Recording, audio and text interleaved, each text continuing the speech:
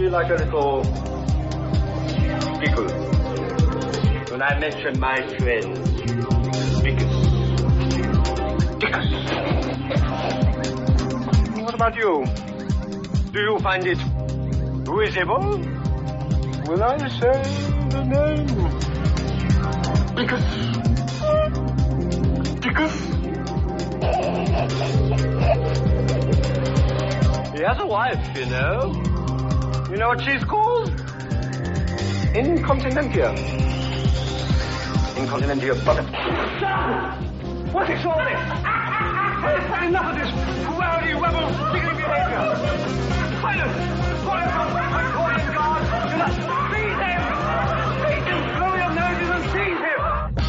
I say, kill him. Yeah! I say we hang him, then we kill him. Yeah! I say we stop him. Yeah!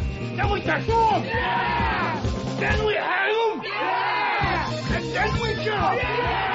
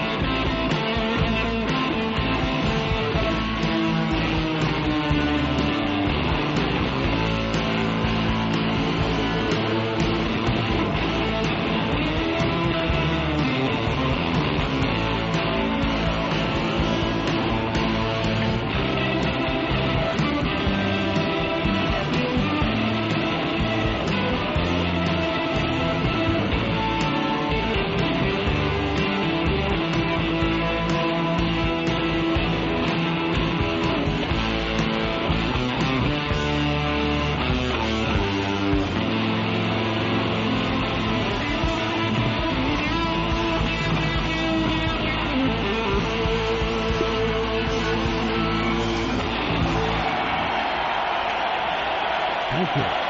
Thank you very much. Thank you. All right, Ron and Fez show. I'm on this Fez. Hiya, buddies.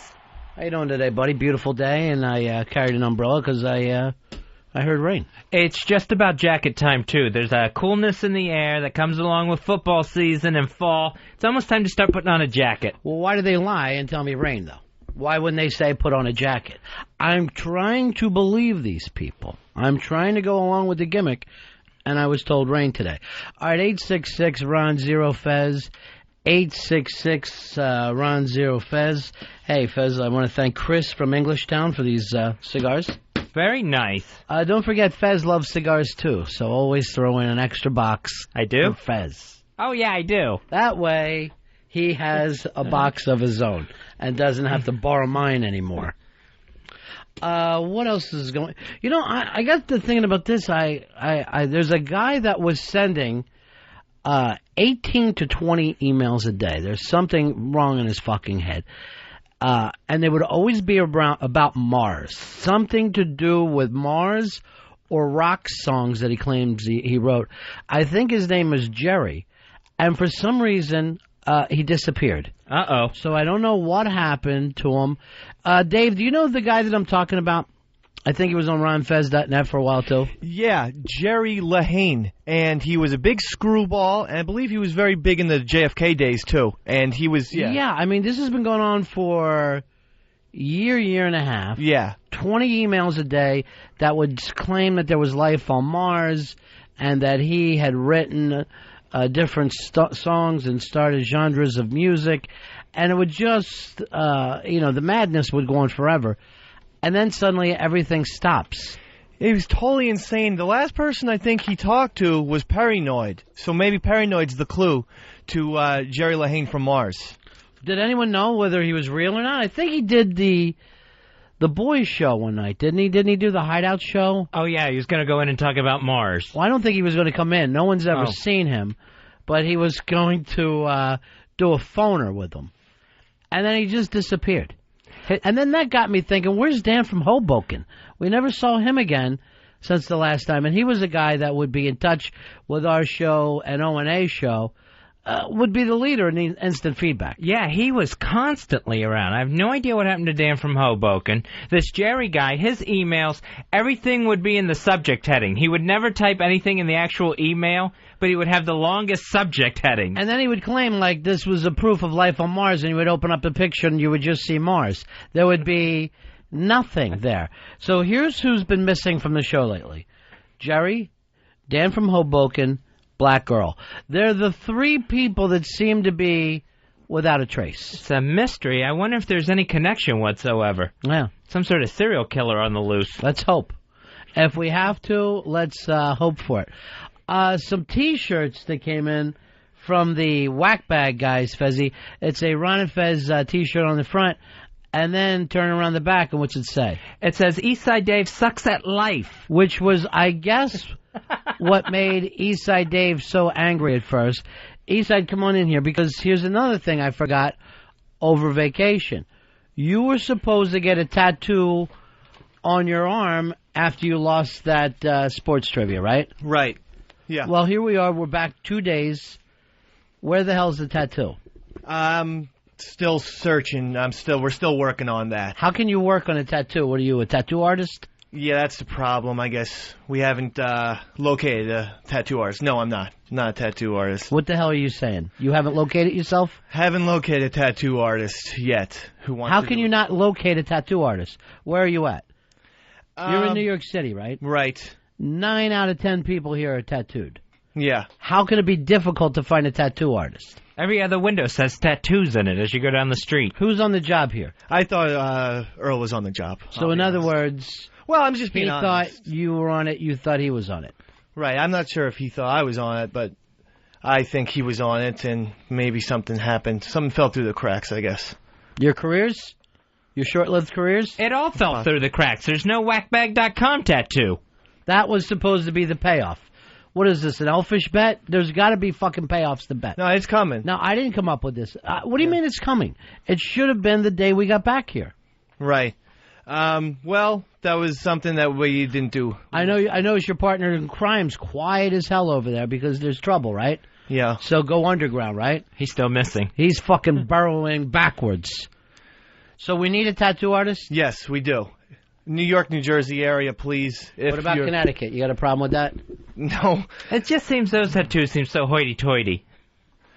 I don't know where Connecticut gets this thing that they're above, because I've been to Connecticut and I don't see it. I've never been there, but I've always heard that's the rep. Go to Bridgeport. I bet you get your ass beat in 5 minutes. Connecticut's New Jersey North. I don't know why the fuck that they think they have such superiority. Their place smells just as bad as ours. I've never heard it from anybody but Fez. Other than that, I don't know. I guess there's a couple of nice areas. All right, so we need a tattoo artist. 866-RON-0-FEZ. 866-RON-0-FEZ. Earl, you should be forced to get the tattoo also. I made a couple of calls to several places and I was unable to secure it, but I'm working on it and really trying to get something done here. How difficult is it? You know how many tattoos we've done on this show over the years? A lot. Yeah. Many. All before what? Earl. Pre-Earl days. I've got 3 on me that were all done on the show. We are, what, coming into 1 year anniversary with Earl now? Yeah. Is it time to call off the experiment? No, not at all. The experiment is still in progress, and it will be a success. You know who I had talked with yesterday? It was Al Dukes. And he was telling me he misses the hands-on job of producing this show. And he goes, it is so frustrating to me when I hear what Earl does compared to what I used to do in the old days. And I had to sit there. I couldn't even defend our show. I had to sit there and go, you know what? Maybe he's right. That's the problem. When you start to think about it, you go, no, Earl's done. Oh, wait a minute. Right. Earl's accomplished. Crap. And then yesterday he goes to Earl, what do you do besides hit the initial song for the show? And we just sat there and had nothing else to say. And then about the most you can do is try to joke about it. Oh, that Earl. Someone needs to fix these phones so Ron and Fez can do their show. Every fucking time they get something good going, the motherfucking telephones keep on blowing up. Every fucking time they get something good going, the motherfucking telephones keep on blowing up. Why won't Wiki fix the telephones? Why won't Wiki? Why won't Wiki? How can you build a pyramid without the callers calling in? How can you give out a big ass prize to losers like me who have no life? The Ron and Fez show on XM radio. Ron and Fez show on XM radio. Fez show 202 channel 202. Every fucking time they get something good going. All right, now how could the phones blow up when we haven't even tried them out yet? Here comes Morris. Hey, Ronnie. Yeah. Hey, Ronnie. Hi, Fez. Get ready for this. There is a conference meeting right now via telephone with XM. Apparently, they're using all the 866 numbers, which takes up our numbers as well. So we can't have any calls because of this conference call that's going on now. Do they understand that we're on the air? I called them, and I let them know that this show relies on phone calls as part of the show, and now they're looking into it. Did anybody warn us before we went on the air today? Well, I knew there was a conference call meeting, but I had no idea that it's going to take our 866 number as well. That's the most Mickey Mouse thing I've ever heard in my life. Thank you. We're in the radio business, serving the public. That should be the first thing at any meeting should be, how can we make this better for the listeners? That is so Green Acres, where you can't watch the Western on TV if you have the toaster plugged in. We only toast. I'm fucking starving. We never have toast. Why not? What if there was like an emergency and people had to call in the Ron Fez show? Oh, I thought you meant an emergency for toast. What emergency would there be? Something could happen in the city, or something bad, you know. In what city?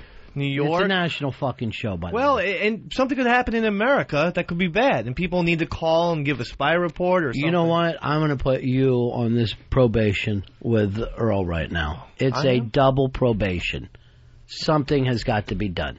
All right. I know that you didn't like your job here. I do what? You know what I would love for you to get is a beautiful recommendation from Ron and Fez. Well, so that when you leave here, you've got a beautiful piece of paper that claims that you've done a good job for us and you'd make a great employee. I mean, I'm happy that you would give a good recommendation, but I'd like to stay here. You know, if you gave a good recommendation to yourself. If I give a recommendation, it'll be a lie, and I don't lie to myself. Oh. All right, looks like we got the phones fixed now. Hey, Ben, you're on Ron and Fez. How are you, buddy? Hey, I can tattoo Dave for you. I could do it with some cigarettes. Thanks, Radio Shark. Nothing works but the Radio Shark. Fucking sick, man. That guy is. No, you're fucking sick. Oh. Radio Shark was fucking slack-jawed son of a bitch. You bug-eyed bastard. Radio Shark's probably part of the conference call going on with XM. How can Radio Shark get through and no one else can? What are his fucking abilities, Earl, here on your last day? This calls are starting to bleed in slowly, dribs and drabs. But how the Shark got through?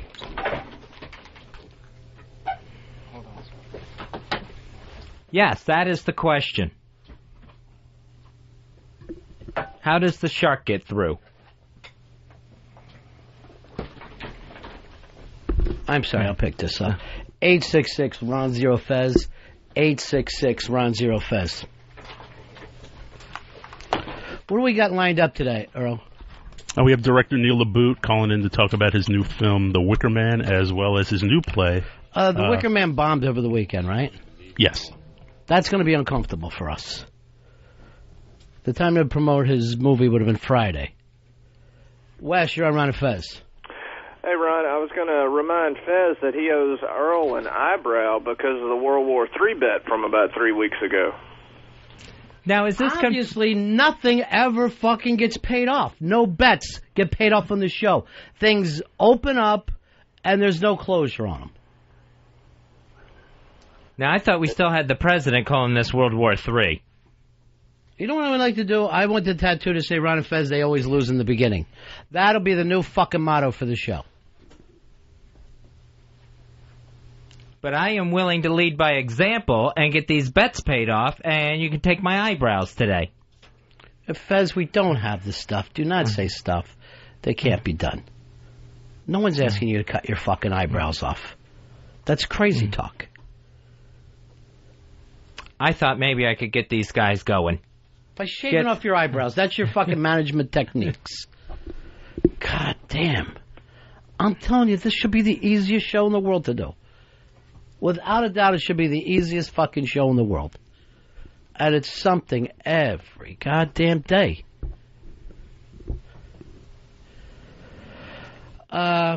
Here's the dribs and drabs coming through. Adam, you're on Ron and Fez.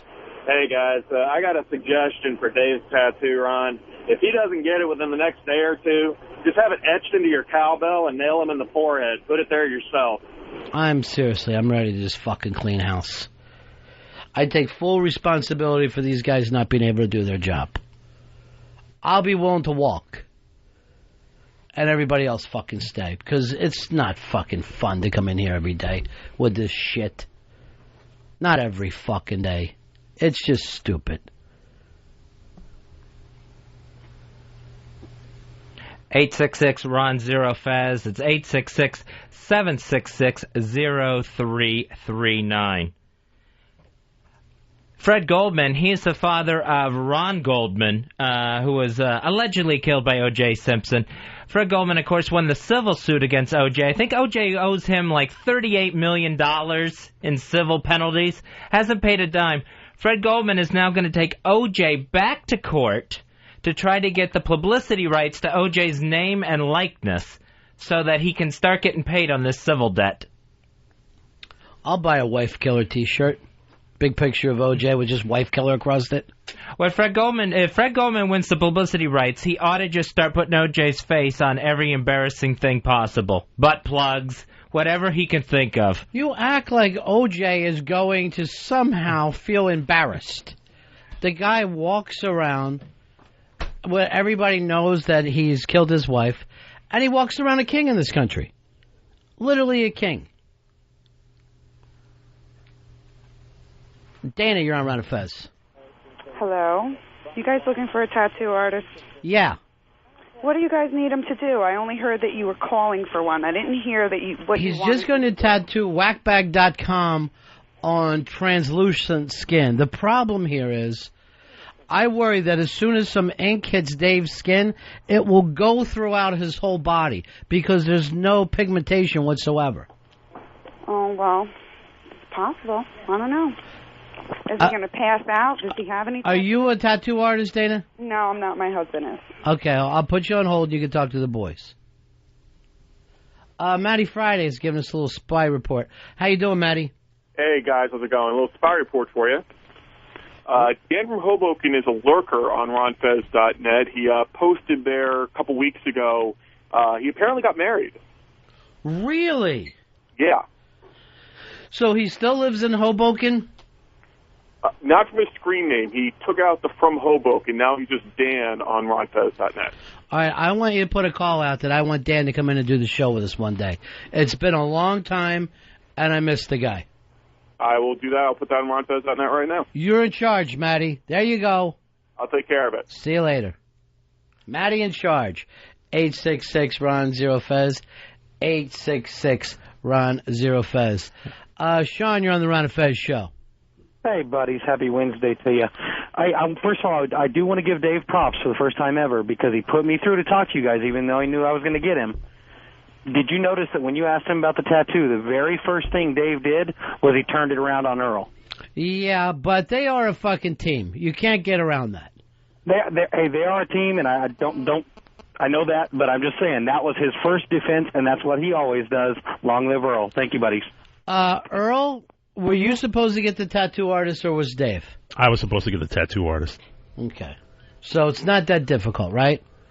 No, it's not that difficult. I failed my task, and I will...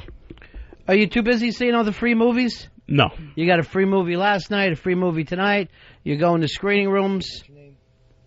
It was homework for the show. How the fuck is that homework? Well, we have the director scheduled to come in tomorrow. And what is it about? It's a documentary. Are you going to interview him? You going to interview Neil LaBute today? No, I'm not. Sure you are. Bill, you're on Ron and Fez. 29,875. Hey, buddy. Can we have closure on the summer of Earl? I mean, it's freaking fall already. Football's starting, and I haven't seen Extreme Games Earl yet. What the fuck? It is another thing we talk about on this show that cannot be paid off. Earl's going to rock climb. Earl's going to bungee jump. Nothing happened, Earl. What happened there? It's another failure on my part. Failure how? I failed to follow through. Did you make any phone calls? No, I did not. Even though we put you together with a woman who was going to take you rock climbing, a friend of Fez and I's. What do you got? It was one of those things that I failed in. I totally failed on it. That one you didn't even have to look up in the phone book. Is today the last day, Earl? No, it is not the last day.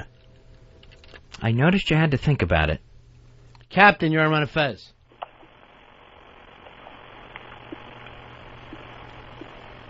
Captain, you're on the air. Oh, hey, I just want to point out to Fezzy that New Jersey is to Connecticut as Pinellas Park is to Clearwater. Great call. 866-RON-0-FEZ. 866-RON-0-FEZ. Frenchie, you're on Ron and Fez. Hey, what's up, guys? Long time. Hey, how you doing, Frenchie? I can't believe it. Yes, how you doing? Fucking Earl, man. Earl, you suck fucking ass, man. You have a better chance to take a goddamn fucking pistol and shoot yourself in the fucking head. You dick. What do you have to say You still about have the that, same man? gimmick, Frenchie. Have you changed the gimmick at all?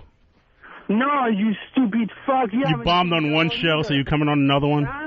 You have nothing else better to do. You're still doing the same gimmick you did 5 years ago. You useless, you stupid bastard. And you keep listening. You're better than you're not even better than Aldous. Aldous is a douchebag. So you're even worse. You're good for nothing, you piece of shit. Well, that was wonderful radio. You two guys going out in a big, big way. Richard, you're on Ron and Fez. Ron, how we doing? You know, I guess it's probably about time to quit babysitting. Yeah. It's time to start handing out suspensions. I'm only ready to suspend myself. I'm only ready to say, obviously I can't fucking motivate these guys. It can't be fucking done. It cannot be fucking done. Earl, what the hell does it take? Chris, you're on Ron and Fez. Hi, how you doing, Ronnie? Great. That is good. Hey, I heard there was a couple openings, maybe a producer or a co-host I'd like to apply. I don't have a lot of education in radio, but I guess you don't need it. You're in, Chris. Come on by. We'll get you all suited up. We'll get you a name tag, and you're on your way. Be part of Team Zizou. Jim, you're on Ron and Fez. Hey, when you guys have Dan from Hoboken, you can ask him about the Confederate flag and a strip club in Mississippi, because Earl never had Stinky in. I remember him saying. Yeah, that's another thing Earl was going to get to the bottom of and everything, and there's no such thing as to be continued on the Ron and Fez show. It just fucking stops. Brad, you're on Ron and Fez. Hey, guys, I just want to give you some info on the whole tattoo thing. I don't know if you guys have ever been to a parlor, but usually you just go down there and they pick a picture out of a book. I mean, what's stopping these guys from printing out a screen print from the webpage that says whackbag.com, and they can transfer that right onto a tattoo right in front of them? I have no idea why, from one moment to the next, all this stuff seems like it's so difficult. And I swear to God, Earl's in here till 11 o'clock at night. He'll call me. 11 o'clock, still at work, buddy. And all he's doing is listening to music, watching the Yankees on TV. He treats this place like his apartment. Here's what I'm going to do. Instead of suspending him, I'm going to make him leave here at 5 o'clock at night. That'll kill him. Have all your work done and leave here at 5. Rob, you're on Ron and Fez. Hey, what's going on, boys? How's it going? Hey. I'm the tattoo guy. I actually, I don't want to go jumping on the beat on Earl day here, but he was supposed to call me back like 2 weeks ago. I left 3 messages for him saying I'd come down there and tattoo for nothing. What happened, Earl? This is the first I'm hearing about it, quite honestly. It was on the air with us. Yes, but I never got his number. Is that something that you're happy about? No, I'm not happy about it. He called and said, I'll do the tattoo. We put him on hold. How did you not get his number? I never got his information. Why not? You're in that room when I put people on hold. And he's called you back 3 times. Again, that's first time I'm hearing about that. Do you check your messages? Yes, I do. Rob, I'm going to put you on hold again. Earl, okay. Pick up with him. This is not difficult stuff.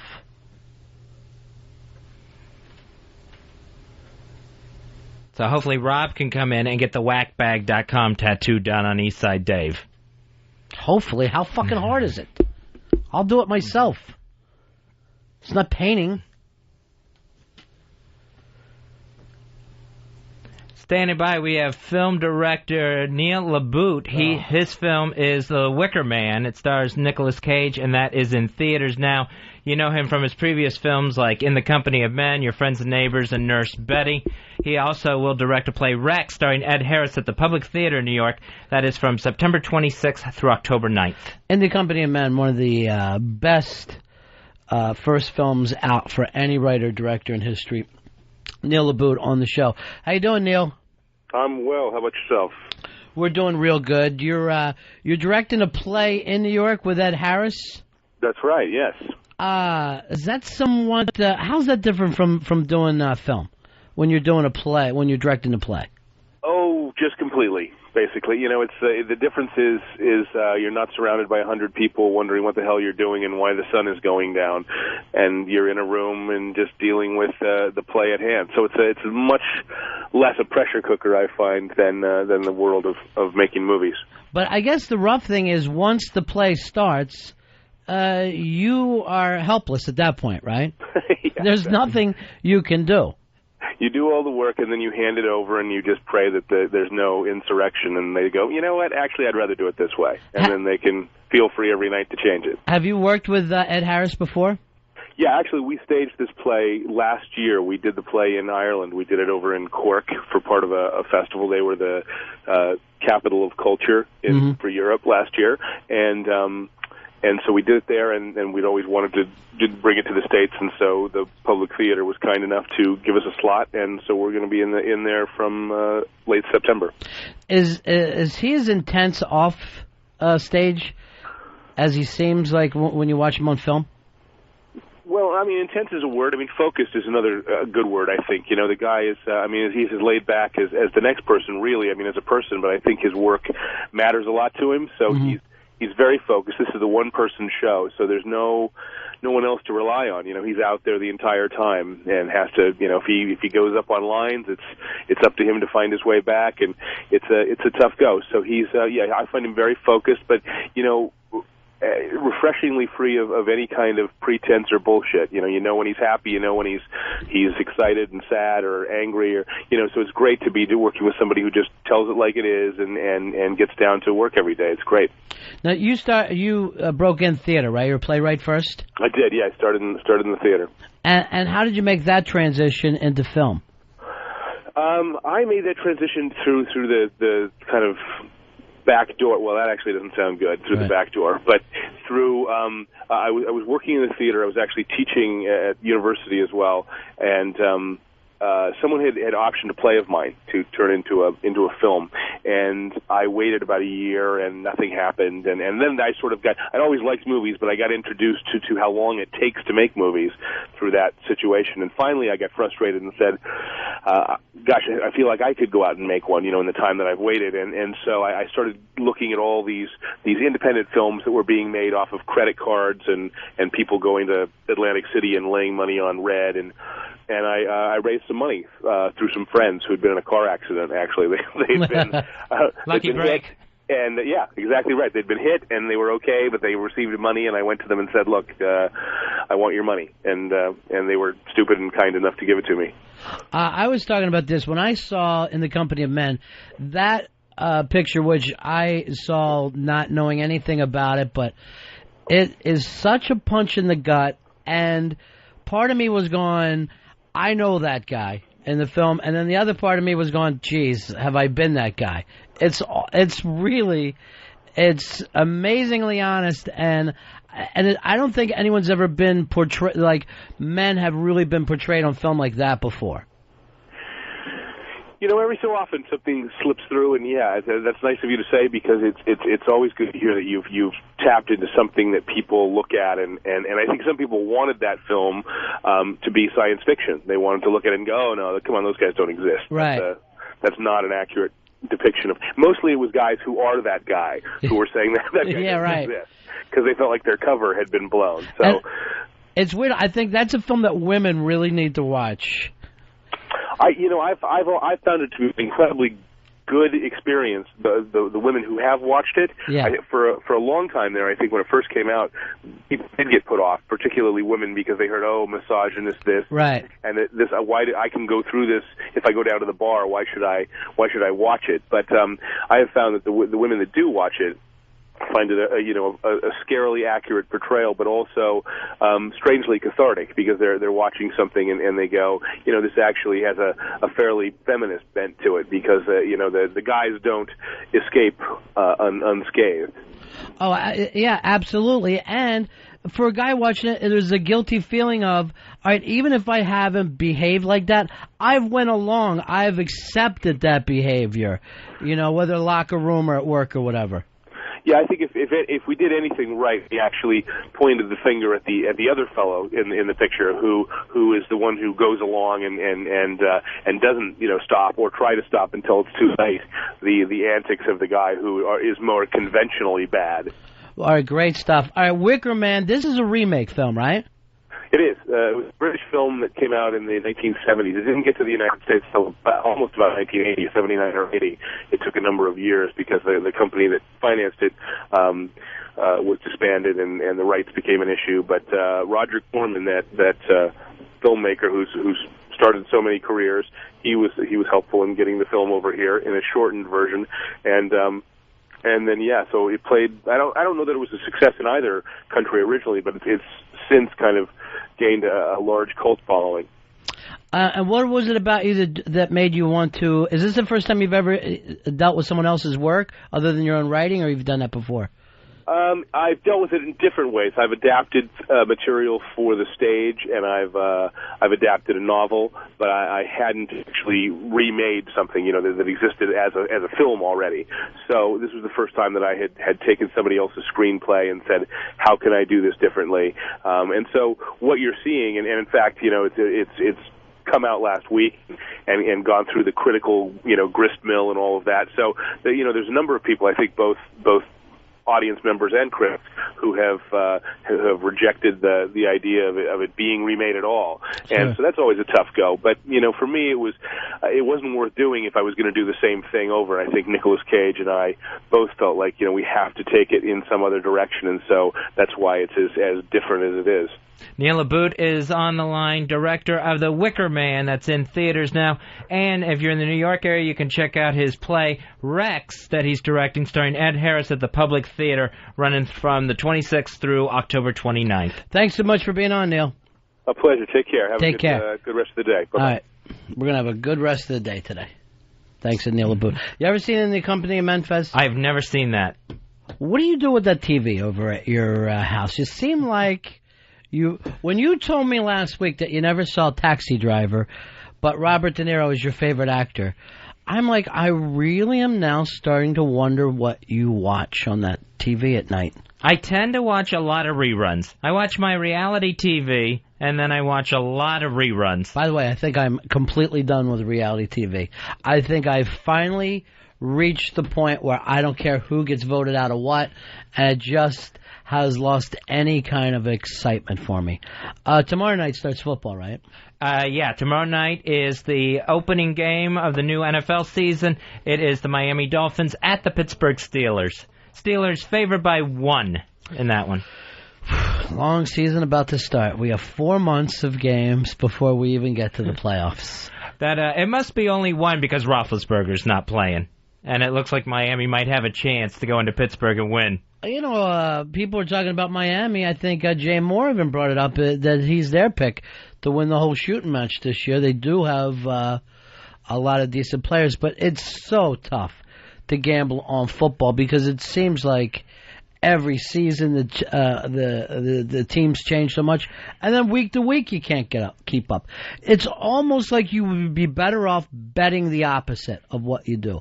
Now, last year we had your hero on the show week after week, Fez. Mark Lawrence from Against the Spread. And you read his book, you read his magazines, he has numbers that you can call, and he failed so miserably for us last year that we're not even going to have him back this year. No, and I checked out his picks for the first weekend of college football. Yeah. Like the 3 Thursday games from last week, all losses on his picks. I think Saturday, maybe he had 2 wins out of maybe 8 games picked. Was that crushing for you to go from he's your hero, he's your idol, just to have the proof of him, not like 1 week it went away.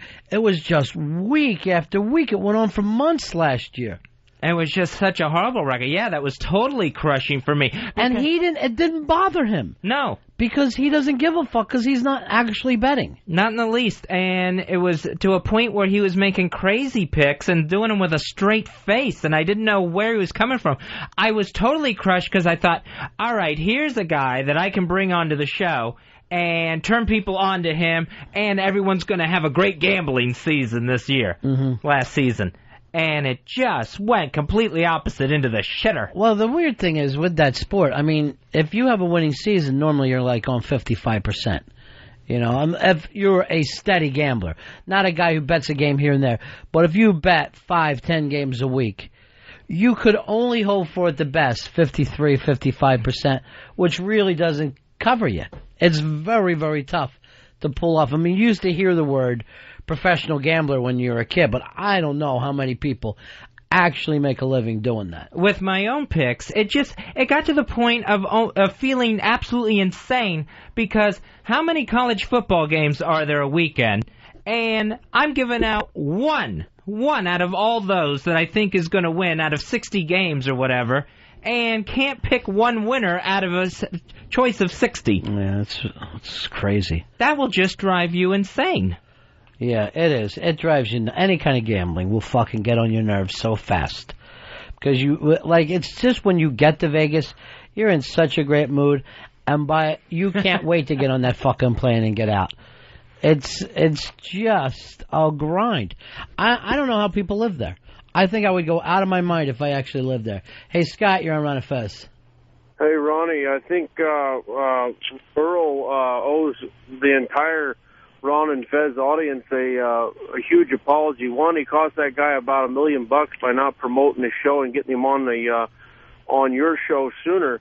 And every time you corner him, Ron, he does the old snatches his hat off his head and stands on his feet and, humming, and never comes up with the deals that he's supposed to come through with. Yeah, I know. The second thing I had is Fez, I see Joey Porter on the front page of Sports Illustrated. Are the Steelers doomed because of that jinx? Thanks a million, boys. There you go. I'm hoping that Hoover High is jinxed from having their quarterback on there a couple weeks ago. They put a high school kid on the fucking front.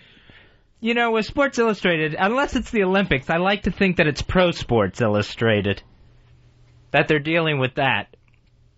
But apparently not.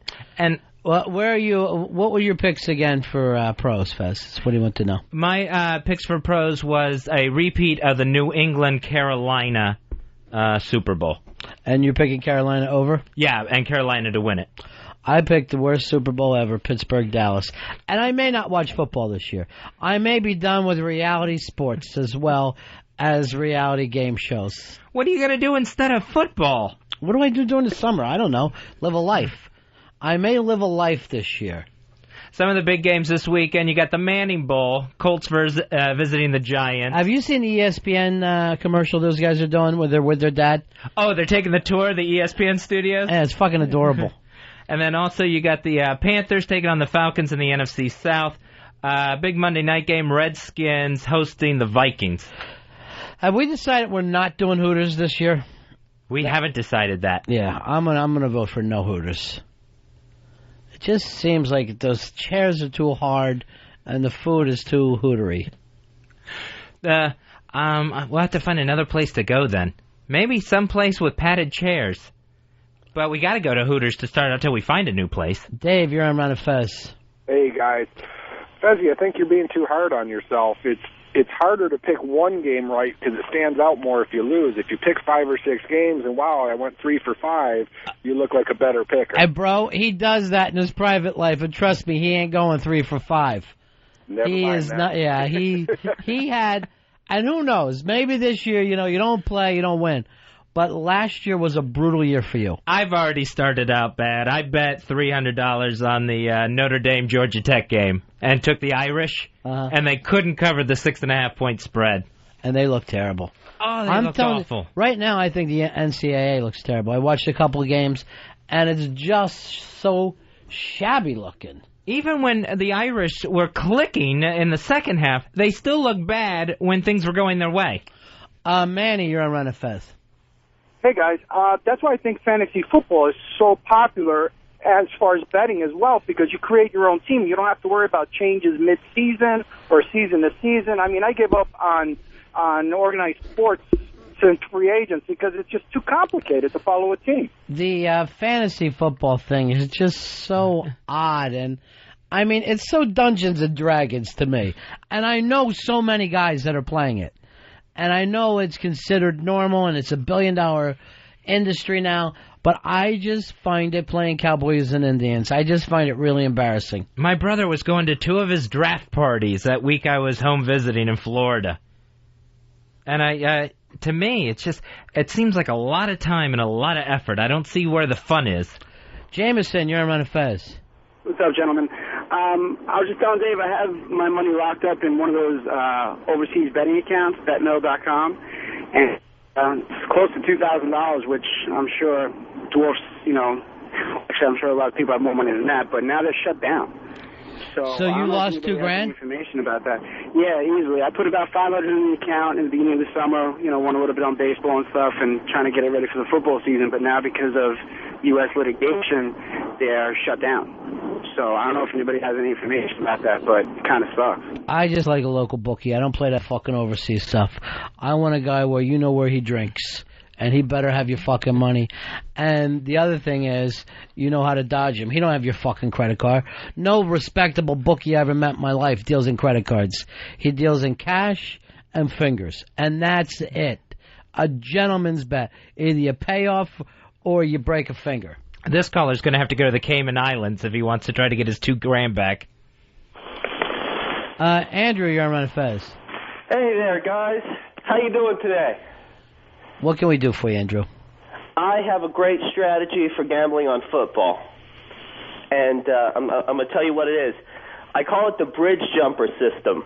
What you do is you find a team, you know, you only make a couple of bets during the whole season. A team that is such an overwhelming favorite, you bet against them. You know, that they can't make the spread. And what it does is it uses, you know, football's a very volatile game. So, you know, people think that a favorite is more likely to win than they really are. And it works great for me. Yeah, but, you know, I've done that. I've, you know, went against Nebraska and taken 41 and still lost. I mean, when you, before the kickoff, you're up 41-0. The first couple beers, you're real happy with yourself, and it turns ugly fast. Brian, you're on Ron and Fez. What's up, buddy? Hey, buddy boy. I'm going to tell you what, I live in Hoover, Alabama, and let me tell you something. They're shipping people in from all over the United States into Hoover, Alabama to play football. Are you kidding me? Yeah, I saw that. I read the article in Sports Illustrated, and I watched a little bit of the mockumentary on MTV. And kids are coming from all over to play in this program because it's a wide-open offense, and all the college scouts are showing there. I mean, they had something like 10 kids sign on to, you know, major schools last year, and they think it's going to even be even more this year. And I think some states you're not allowed to just show up and start playing, right? Right, you got to have like some sort of residence there, you know, or at least for like a year or whatever. But I don't think Alabama worries about that, and they'll just say, you know, you can show up and play. And supposedly he says he doesn't call kids.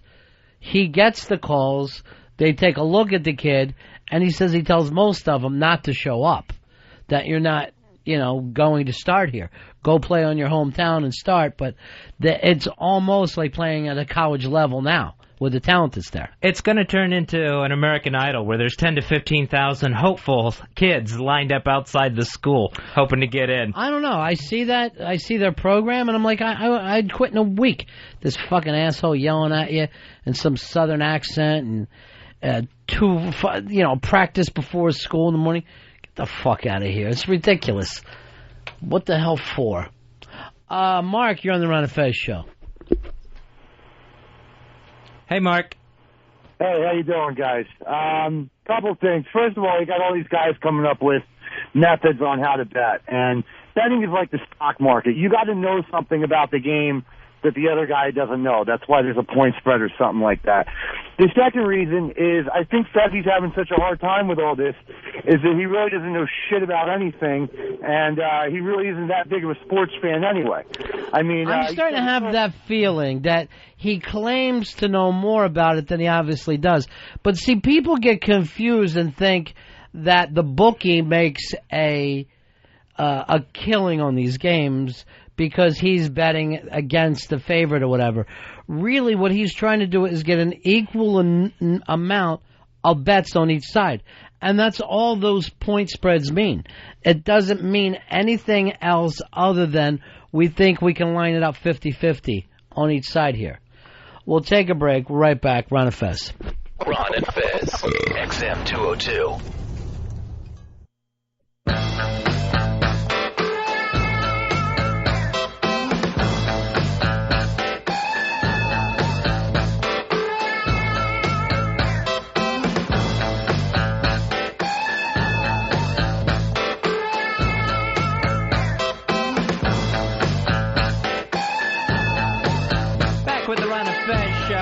on a Wednesday.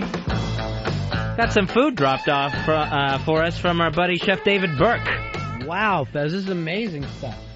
Was not expecting this whatsoever. His restaurants, of course, in New York, David Burke's Fromagerie and David Burke and Donatello. You can check out all his stuff on davidburke.com. Let me where's Dave at? Dave, have you been over to David Burke and Donatello? Because I know your chick works for him, right? I've been to Fromagerie. That place is totally nuts. Unbelievable. I went to David Burke and Donatello not too long ago. What's the two best tastes in the world? I would say butter and cheese. I wonder why you had a heart attack. I'd go steak and syrup. Listen to this. Pretzel and crab cake. A pretzel-encrusted crab cake. Ooh. That I kid you not was out of this world. Halfway through it, I started crying, and I told the waiter that I loved him. That's how good this food was. That is something I would definitely check out. And I tried to breastfeed off him. That's how delicious this was. I'm sure he'd just prefer a tip. No, he seemed like he liked it. So thank you, David Burke. Earl, everybody's getting some food. I want you to watch. Yes, I will definitely. I'm only kidding. I want you to grab. There's some catfish. Seriously, there's catfish out there? Yeah, it's delicious too. I would love to try some. I'm only kidding. Stop being silly. Katie Couric made her debut on the CBS Evening News last night. I watched it, Fez. Did you watch? I checked it out. I wanted to see Katie Couric handle this. Yes, that's why we all watch it. Dave brings up to me that it was history. I don't know if I see it as actually being history, but everyone is caught up on this. Can a woman do the news? Haven't women been doing news on local TV for about 50 years? Yeah, I would think so. Yeah, and they basically do it on all the network morning shows too, like Ann Curry. Yeah, it's not like you have to have any upper body strength to throw it to Angola. It's not a real difficult manly job. So Katie Couric last night, to me, she was too soft-spoken. It was like she was trying to put on a serious news voice. She didn't seem like she was Katie Couric to me. I found her to be as cute as a button. I would love for her to show her ass on there. I was laughing. It's like, I still haven't decided how to do my sign-off. So if you want to teach me what your phrase is, go to my website. That was like the fourth time during that newscast in a half hour that she said go to cbsnews.com. I finally felt like, I finally said, I'm not going to do all the work for you, Katie Couric. Where if you want to know more about the story, go to the website. If you have a catchphrase for me, go to the website. You seem like you're anti-Katie Couric here. Yeah, I didn't enjoy it. I thought, she was all over the set. Mm-hmm. I wanted to tell her to sit down, please. You're making me a nervous wreck. Please sit down. And I just thought, for the stuff she was doing, she was coming off too seriously. Pitsy, make sure all those guys eat, too. There's so much food here from David Burke. Make sure everybody gets a little something. So you say no, not going to watch her. Yeah, I give it a thumbs down. Who would you go to? Charlie Gibson or Brian Williams? Of those two evils, I think I would go with Brian Williams. Brian Williams, by far number 3 last night in the ratings, and not a fan at all. If I do, and I don't really even watch evening news, I watch the news when I want to watch it. I don't wait until 6:30 like my dad and my grandfather had to. I'll put on cable whenever. It's not that big a deal to me. But out of the 3 of them, Katie is my girl because I saw her in a restaurant. So that's all it takes for me to become a fan for life. Charles Gibson, I have never checked Would out. Would you stop with the Charles? It's Charlie Gibson, and he's been that way for 20 years, and it's the same gimmick he's always had. So he's no longer Charlie, and it's no longer World News Tonight. So it's World News. So they've somehow made it all that shorter for him. Man, this is fantastic here, Fest. Some kind of granola yogurt with blueberries and strawberries. It's the best thing I've ever eaten in my life. That looks good. This tuna is excellent. And I've never had, any sort of, raw tuna in a Caesar salad like this. Yeah. That is good stuff. Well, don't do that on the air. Hey, you're on Ron and Fez. How are you? Hey, guys. Fez, you kind of stole my thunder there. Katie Couric is such a fluff reporter. She's never done anything serious as far as reporting goes. And she was even asking people to come up with her catchphrase, like you said, doing her work. If they wanted to put a woman on there, they should have put Laura Logan on there. First, she's entrenched with the guy. She's out there putting her ass on the line, and she's smoking hot on top of that. So, all right, so you seem like your problem is like it's almost like an anti-woman thing. No, it's not an anti-woman thing because, like I said, Laura Logan would be. I respect her as a reporter. She's out there putting her ass on the line. She's out there with the guys. She's taking chances, getting blown up by landmines and that. Katie Couric does. What's the fashion this month? And she's just such a fluff reporter. She can't think for herself. She's wanting America to do everything for her. Like I said, it's ridiculous. I hate it. I'm going to have to find a new news show because I'd rather them bring Dan Rather back. Hell, I got more respect for him. All right, there's an anti-Katie. I think he's taking a little hard on him.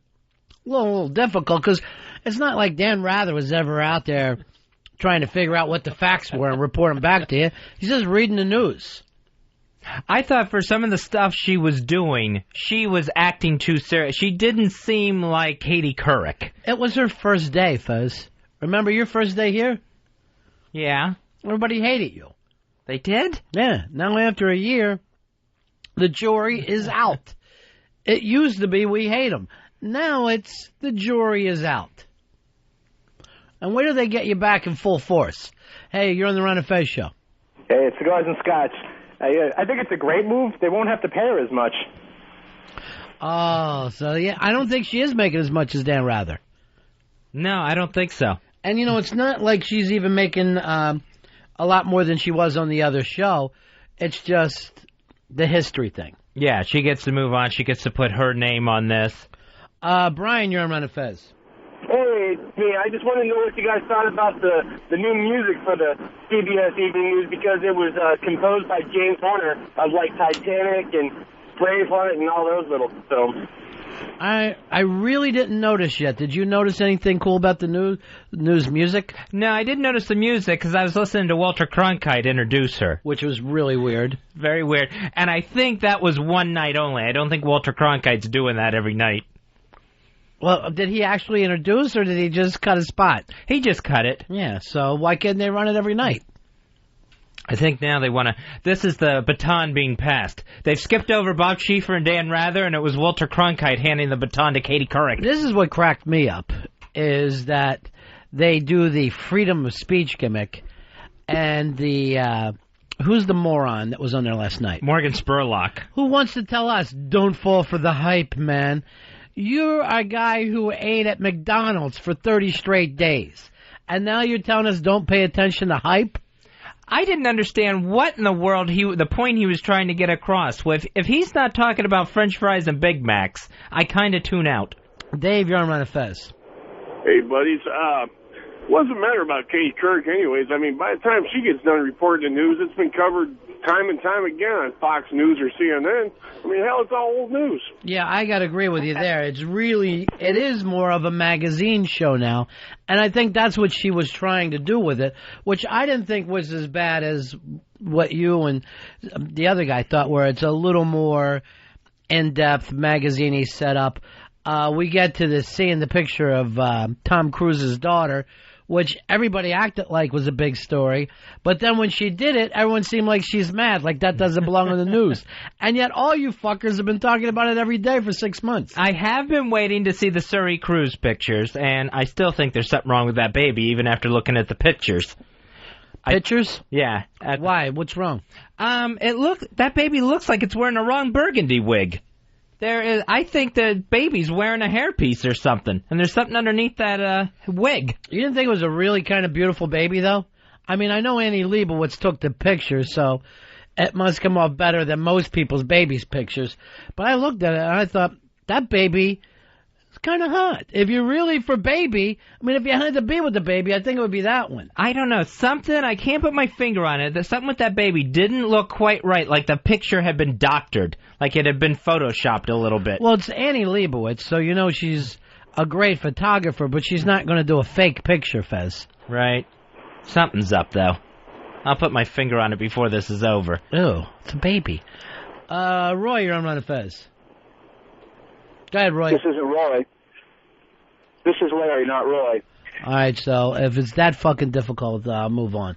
Don, you're on Ron and Fez. Hey, buddy. Yeah. Just want to see what you guys think about it. You were just talking about the Supersize Me guy. Did you guys hear him actually referencing Randy Savage and Hulk Hogan last night? What was that all about? As if it was current.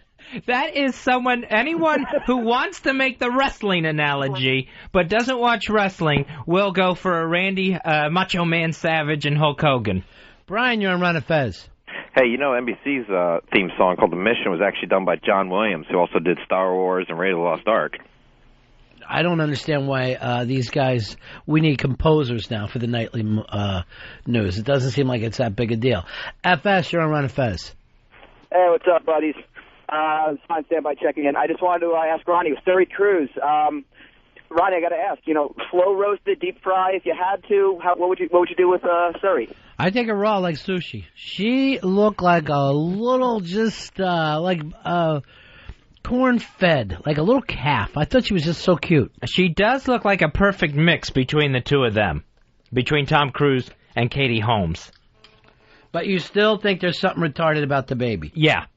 Or photoshopped. Retarded or photoshopped at this point? I'm going to go out on a limb here, Fez, and back up Annie Leibovitz and say she doesn't Photoshop pictures. All right. Then I got to go with retarded. I think this baby... Well, we'll know in a couple of years. Right now, it's just at a baby level. TJ, you're on Ron and Fez. Hey, buddies. I just want to call and tell Ronnie I call hunks on all that food, buddy. Damn. I'm going to tell you something right now. We're slaying this stuff. It's fantastic. David Burke, Master Chef, sent us over some food today. Now, Dave, I hate to go across here, but it seems like we're buddies with him. Yeah, he definitely considers you pals. I know that much. And unlike a lot of these chefs, he understands that dessert is part of the meal. Yes, he does. We got a nice spread of everything. DavidBurke.com. Now, at Katie Couric starting the evening news last night, is there any job you still don't trust a woman to do? Roll a joint. They cannot roll a fucking joint. With me? Pot will fall all over you. I don't see that many of them actually even attempting it. For me, I think surgeon. I think I would still feel really uncomfortable if, when they wheeled me in the operating room, if there had been a woman surgeon there. I don't know what I would have done. They wouldn't have let me off the table. I want you to be honest. Black surgeon. Black surgeon, I'm being honest, I would be uncomfortable. Chinese, not so uncomfortable, but not so uncomfortable as the black or the woman. How about a surgeon in a wheelchair? Really uncomfortable. You're almost a KKK here. Jewish surgeon. Jewish surgeon, got no problem with that. I am fine. Sure, they studied very well. Spanish? How thick is the accent? Very thick. Ooh. Immigrant. Oh, okay. Yeah, let's see, where am I going to put him? Probably between the Chinese and the black. And an Indian. Indian, really not a lot of trouble there. I would put Wait, my friend. I was talking Native American. Now you're stuck with them. No, get me off this table, Ronnie. Don't let him cut me, Ronnie. Don't let him cut me. Chris, you're on Ron and Fez. Hey, I just have to say that I must have the only girlfriend that is a master joint roller. She can roll them better than me and all my friends. I'm sure she can roll them better than you fucking non. It looks like a salt water taffy you're handing out. I don't know why he took a shot at the guy. Just felt the need to. Joe, you're on Ron and Fez. Hey, buddy. Yeah. I can't trust a woman to shave me. So you wouldn't let a woman... no, she can cut your hair? Yeah, my wife cuts hair for a living, and she's been doing it for 13 years. Fantastic job. I was in the military. She did great. But she begged and begged, yeah, let me shave you, and wants to do the phenomenon John Travolta scene on my face, and I'm not going. Yeah, it is a lot of trust goes out there. I've let a chick shave me before, though, and I was cool with it. See, I would be nervous about that. They don't understand the shaving a guy's face. What was it? Intricacies. First of all, you won't even trust a woman to blow you. Of course you're not going to let her shave you. Doug, you're on Ron and Fez. Yeah, I wouldn't trust a woman to be a driving instructor. They wouldn't know where the fucking turn signal was. Still a lot of anti-women drivers out there. A lot of guys don't trust women to drive. Yeah, it's if you're going to get into some road rage, it's very easy to just pick on who's behind the wheel. Would you have a woman financial advisor? Yeah, I would have no problem with that. Doesn't bother you at all? No, that one I'm fine with. Yeah, I would trust a woman financial advisor. I do get uncomfortable with a woman pilot.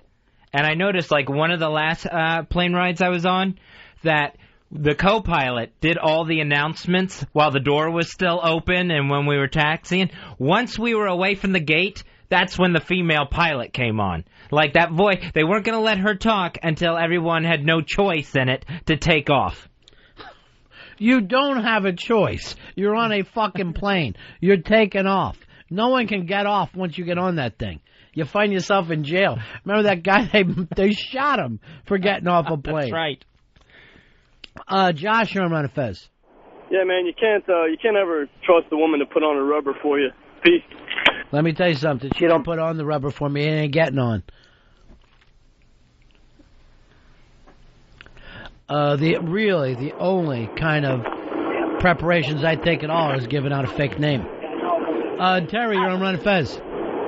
Okay, I just want to say, first of all, female drivers are better than men. Second of all, I think Ronnie is a little bully to Fez and to shit, I forgot his name, Earl. And third of all, I'm single, and if I was out there, I would want to go out with Earl. All right, wait a minute. You're a truck driver? Yeah, and I'm... You're a female truck driver, and shockingly enough, you're single? Yeah. All right, where are you heading now, Large Marge? Where are you off to? Right now, I'm coming out of Minneapolis, and I'm heading down to Georgia, Atlanta, Georgia. What are you hauling, tampons? No, I'm hauling eggs. Yeah, all women are. All right, honey. Sir, not me anymore. It was a night just like tonight. You missed it. She just said, not me anymore. Oh. All dried up. And I think Jimmy is the shit, too. All right, so you like everybody on the show but me, huh, Large Marge? Well, I just love the show. This is what, me and my ex number 2 separated because I was addicted to Ron and Fez. No, you mean your ex shit? Excuse me? Mm-hmm, exactly. Yeah, well, he got custody of the laptop. I got custody of my XM. All right, honey, be careful out there, all right? All right, but tell Earl I'd go out with him. Earl, you want to go out with a female truck driver? You already fucked a mental patient this week. I know. That's what I feel is bad. Is I'm mental, but I'm not ever been a mental patient. Yeah, well, give it time, honey. Where do they catch you? Where do the Smokies get on you? I think Earl's a sweetheart, and I listen to the radio, and I listen to him, and I don't like the way Ronnie, downs him, but that's... Honey, it looks like, and I kid you not about this, I may not be with the show much longer because I can't get rid of any of these guys, and I can't fucking work here. I cannot fucking put up with it anymore. Well, it's just aggravating. I to you because when Fezzy was sick, you were right by his side. You're always trying to take care of Fezzy, but I think Fezzy needs to speak up a little more in the show. He's more than welcome to. God damn, I'd love to fucking I'd like to sit down. Thank you, sir. Fez, I don't know what it is with you and the women lining up against me. Speak up all you want. I speak up, all that I'm able to.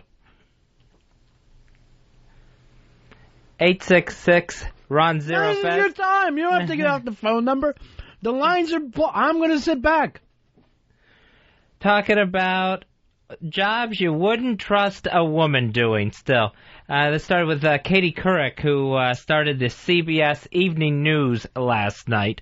It was her debut show. First time a solo woman has anchored a network evening newscast.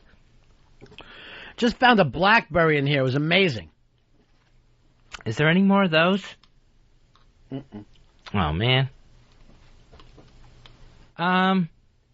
What about a female cop? What about him? Would you trust a female officer? Like if you were in trouble and you were calling the police and a female officer showed up. I don't turn down help. If I need a cop, what am I going to say? You're not the cop I'm looking for? Would you feel as secure? I probably wouldn't. Sean, you're on the Ron and Fez show. Thanks, buddies. Hey, I wanted to never going to let a woman do my barbecue, not cook a steak or a burger for me, and never going to let a woman make my NFL picks for me. Women are grilling better all the time, Fezzy. I know your friend Kathleen from the Bronx, very, very big griller. I had no idea that she grilled. Yeah. She also said that she made you some mixtapes and was very disappointed when you acted like you never heard the song Kooks before. Because she knew she put it on there. Oh. I probably haven't made it through all the mixtapes. It was quite an album she put together. This happened a year ago. Yeah, but I still haven't made it through everything. How many did she put together? I think it was probably like 10 CDs. Do you listen to any? No. Not really. Hey, Ben, you're on Ron and Fez. Hey, buddies. I just wanted to say that after that truck driver, I'm not sure if I trust females to call on radio shows anymore. Thank you very much. And, we don't get a lot here, so we'll take them all. Chris, you're on Ron and Fez. Yeah, Ron and Fez, what's going on? Yeah. Ronnie, I'm behind you 100%. I don't think we're ready to let a woman run the country either. Oh, we got one right now, and I think she's doing a wonderful job. A little purse slip thing. Kitchen Diva, you're on Ron and Fez. Oh, how are you, boys? Good, darling. Okay, I feel compelled to defend femininity. Number one, I would challenge any male in America to roll a joint better than I do. When I roll a joint, a cop couldn't even tell what it is. So this is a throwdown, boys. I love when anyone is so fucking happy with their illegal activities that they'll put it out there. You supply the material, I will do the rolling, and we will just have a wonderful time. I like your attitude, Fez. Let's send her into the prize closet. We'll get you a DVD copy of Arrested Development Season 3, courtesy of Fox Home Entertainment. Arrested Development, the third season, is in stores now. And Fez also has something brand new. It's his stress ball. So he'll sign one of those and send it to him. Fez has a stress ball that he uses throughout the show, and we'll send that along. Jason, you're on Ron and Fez. Ronnie, would you ever trust a woman to sell coke? Let me tell you something. If they have coke, I'm going to trust them. That's my whole thing. Have coke, will trust. I'm not going to sit there and fucking say no. I've done fucking blow with Nazis. You think I'm going to sit here and be prejudiced with anyone? Let me move on from here. Here's Wes. Wes, you're on Ron and Fez. Hey, guys, what's going on? Yeah. Hey, female auto mechanic. I wouldn't trust them. Not to work on my car. The way that engines are set up now, it's really a computer anyway, so it's not the same old deal. They're just plugging it in. My problem with a female mechanic would be that she's getting all dirty fixing my car, and I would feel bad about that. That I didn't start fixing my car. Some woman had to get filthy to do it. Why don't you just go down on her? Gross, no. Kate, you're on Ron and Fez. Yeah, I'm a woman truck driver, and there's nobody on the road that I hate more than women drivers. I like women that hate women. They're always fun. There's nobody I'd rather smash my big rig into than women. Why does that seem oddly sexy? And another thing women do that I hate, and I know this has probably been talked about before, but women football announcers. I hate them. I don't think they should be out on the sidelines. Oh, yeah, those little sideline reporters now. Oh, yeah, where they always throw it to them. They don't know what they're talking about. That's a man's job. What they usually do now is they end up just recapping the score. It's like you don't get anything extra out of the sideline reporter. Well, what do you expect on there?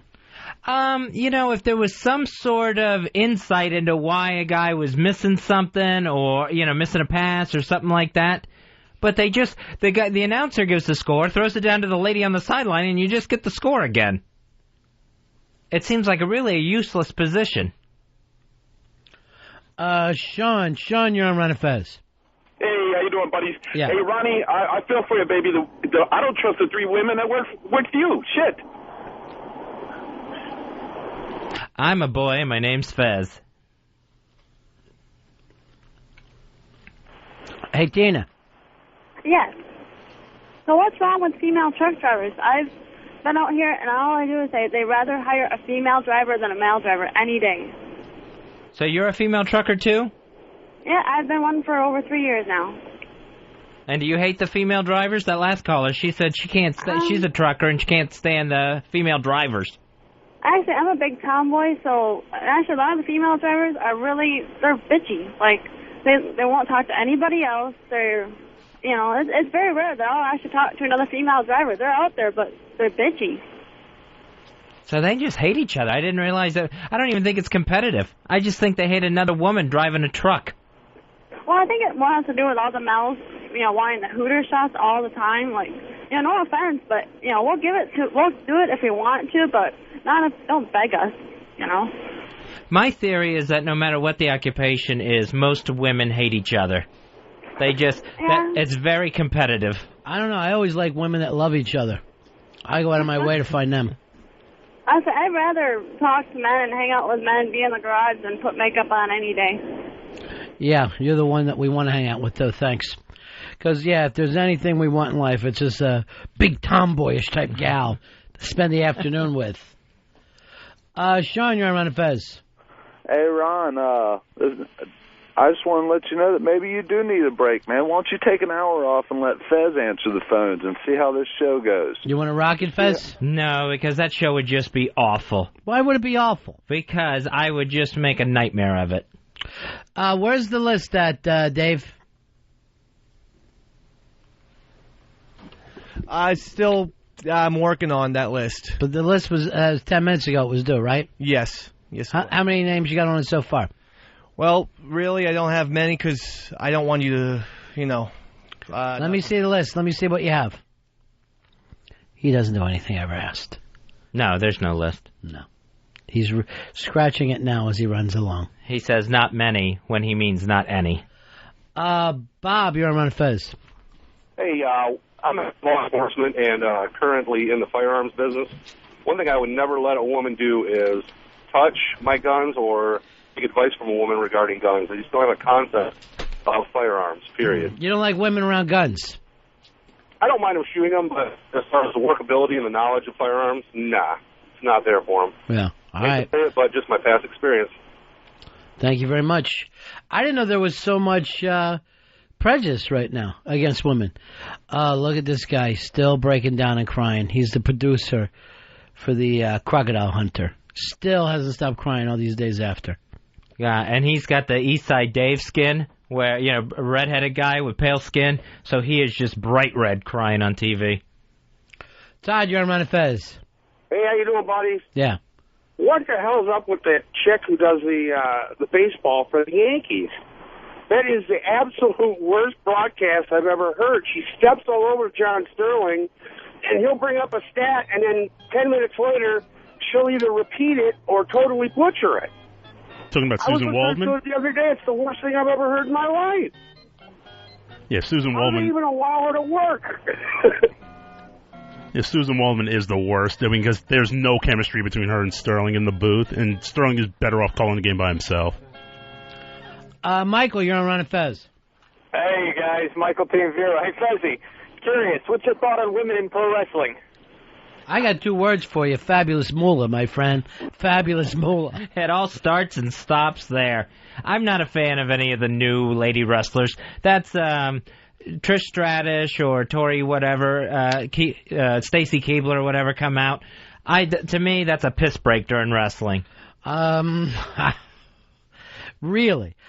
They're very hot nowadays, and they take major bumps.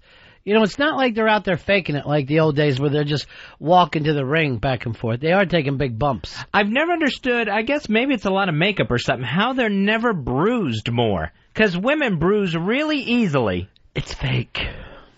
Oh, but man, they're still landed on their asses and stuff. When we say sport, lie. Sports entertainment. Rico, you're on Ron and Fez. Hey, good afternoon, buddies. How you doing? Don't worry about us. Hey, I don't think women should be judges. They are brutal enough guys for divorces. I don't know. Most of the daytime judges are women now. Yeah, Judge Judy, the one on the People's Court, is a woman, and she screams at people. Oh, my gosh. I was wondering what the hell was on. I turned on the TV, and that happened to be on. and I just heard some woman getting screamed at by another woman. I thought it was a soap opera. I like your angle of it happened to be on. Somehow it just happened to be on there. You live alone. You're watching fucking women judges. Colin, you're on Ron and Fez. Yeah, I don't trust women firefighters. I wouldn't want them to pull my big ass out of a fire, you know? I would say anybody that shows up, you should be happy with them. If someone shows up in the middle of the night trying to put your house out, I'm not going to yell, why do you have tits? Liam, you're on Ron and Fez. What's going on, buddies? I got to say, I got absolutely no trust or confidence in women ever at a comedy club, and I see a woman come on stage. I have no faith that it's going to be anything funny. Just know it's going to blow. See you. I feel that way about 95% of the comics, no matter who it happens to be. It's very rare that I'm thinking I see somebody at a comedy club. Chris, you're on Ron and Fez. Hey, I don't trust women in combat. Like in combat roles. Even women truck driver, when we were in Somalia, it just made me scared.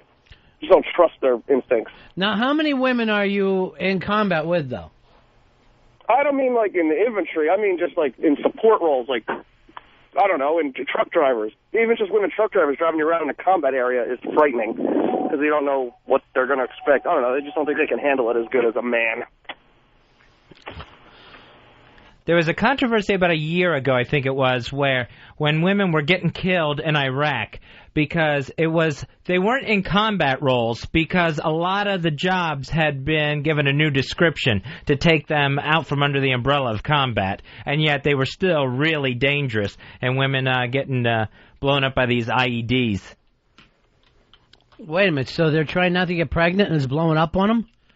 What the hell's going on with an IED? No, these are these IED. It's these roadside bombs.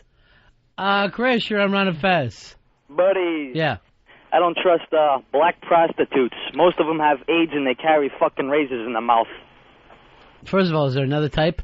You know what? This is a true story. The other night, Fez, I'm out in Midtown. It's about 2 or 3 o'clock in the morning. I'm out minding my own business. It's a little like Saturday night.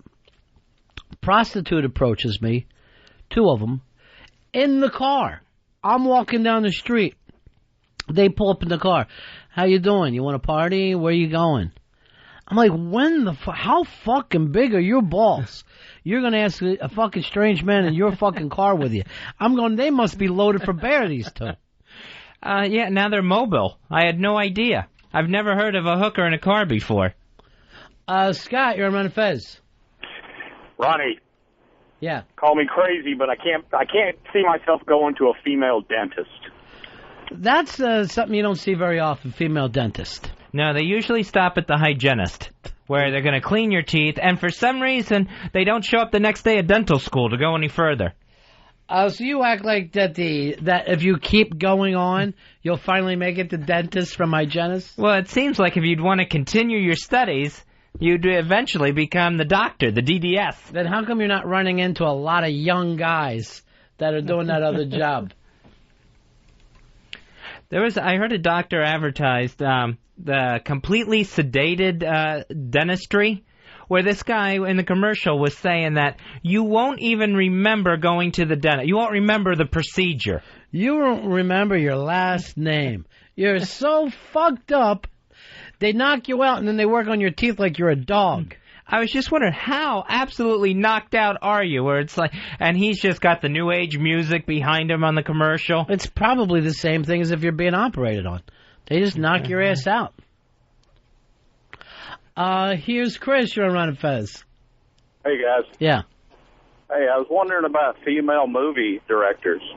You never hear of any, not that I can remember. But you ever hear of a little film called American Psycho, my friend? Yes, I have. The great Mary Harron, that was a woman director. Ah, great film. Thank you very much. We had her on this show here. And all the guys just all the interns and shit were going, I can't believe that this nice lady directed American Psycho. We'll take a break. Ron and Fez. Ronnie. Fezzy. The Ron and Fez Show. XM 202.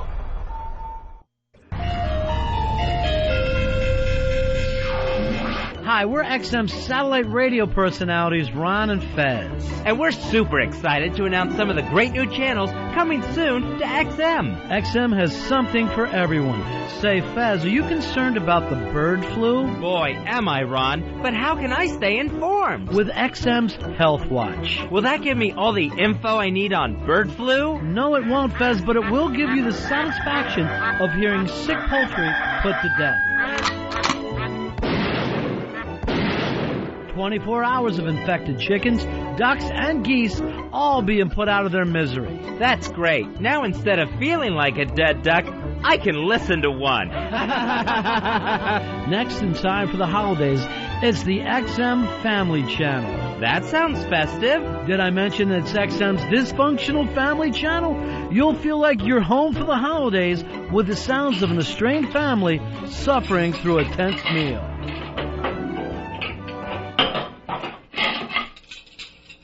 Turkey's really good. Oh, yeah, it's great. Then, if you're feeling handy, check out XM's Tool. Nothing but songs about those great gadgets we can't live without. Stop. Hammer time.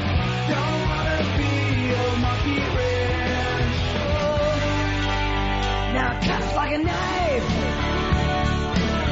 Hey, is this a jute box or a toolbox? Next up is XM's Anna, the channel for anorexics. It's a channel full of motivational sayings for girls who just can't be thin enough. Hey, fat stuff! I can barely see your collarbone. You want to eat or you want to be pretty? You weigh 70 pounds? You pig. Gee, I hope XM isn't spreading itself too thin.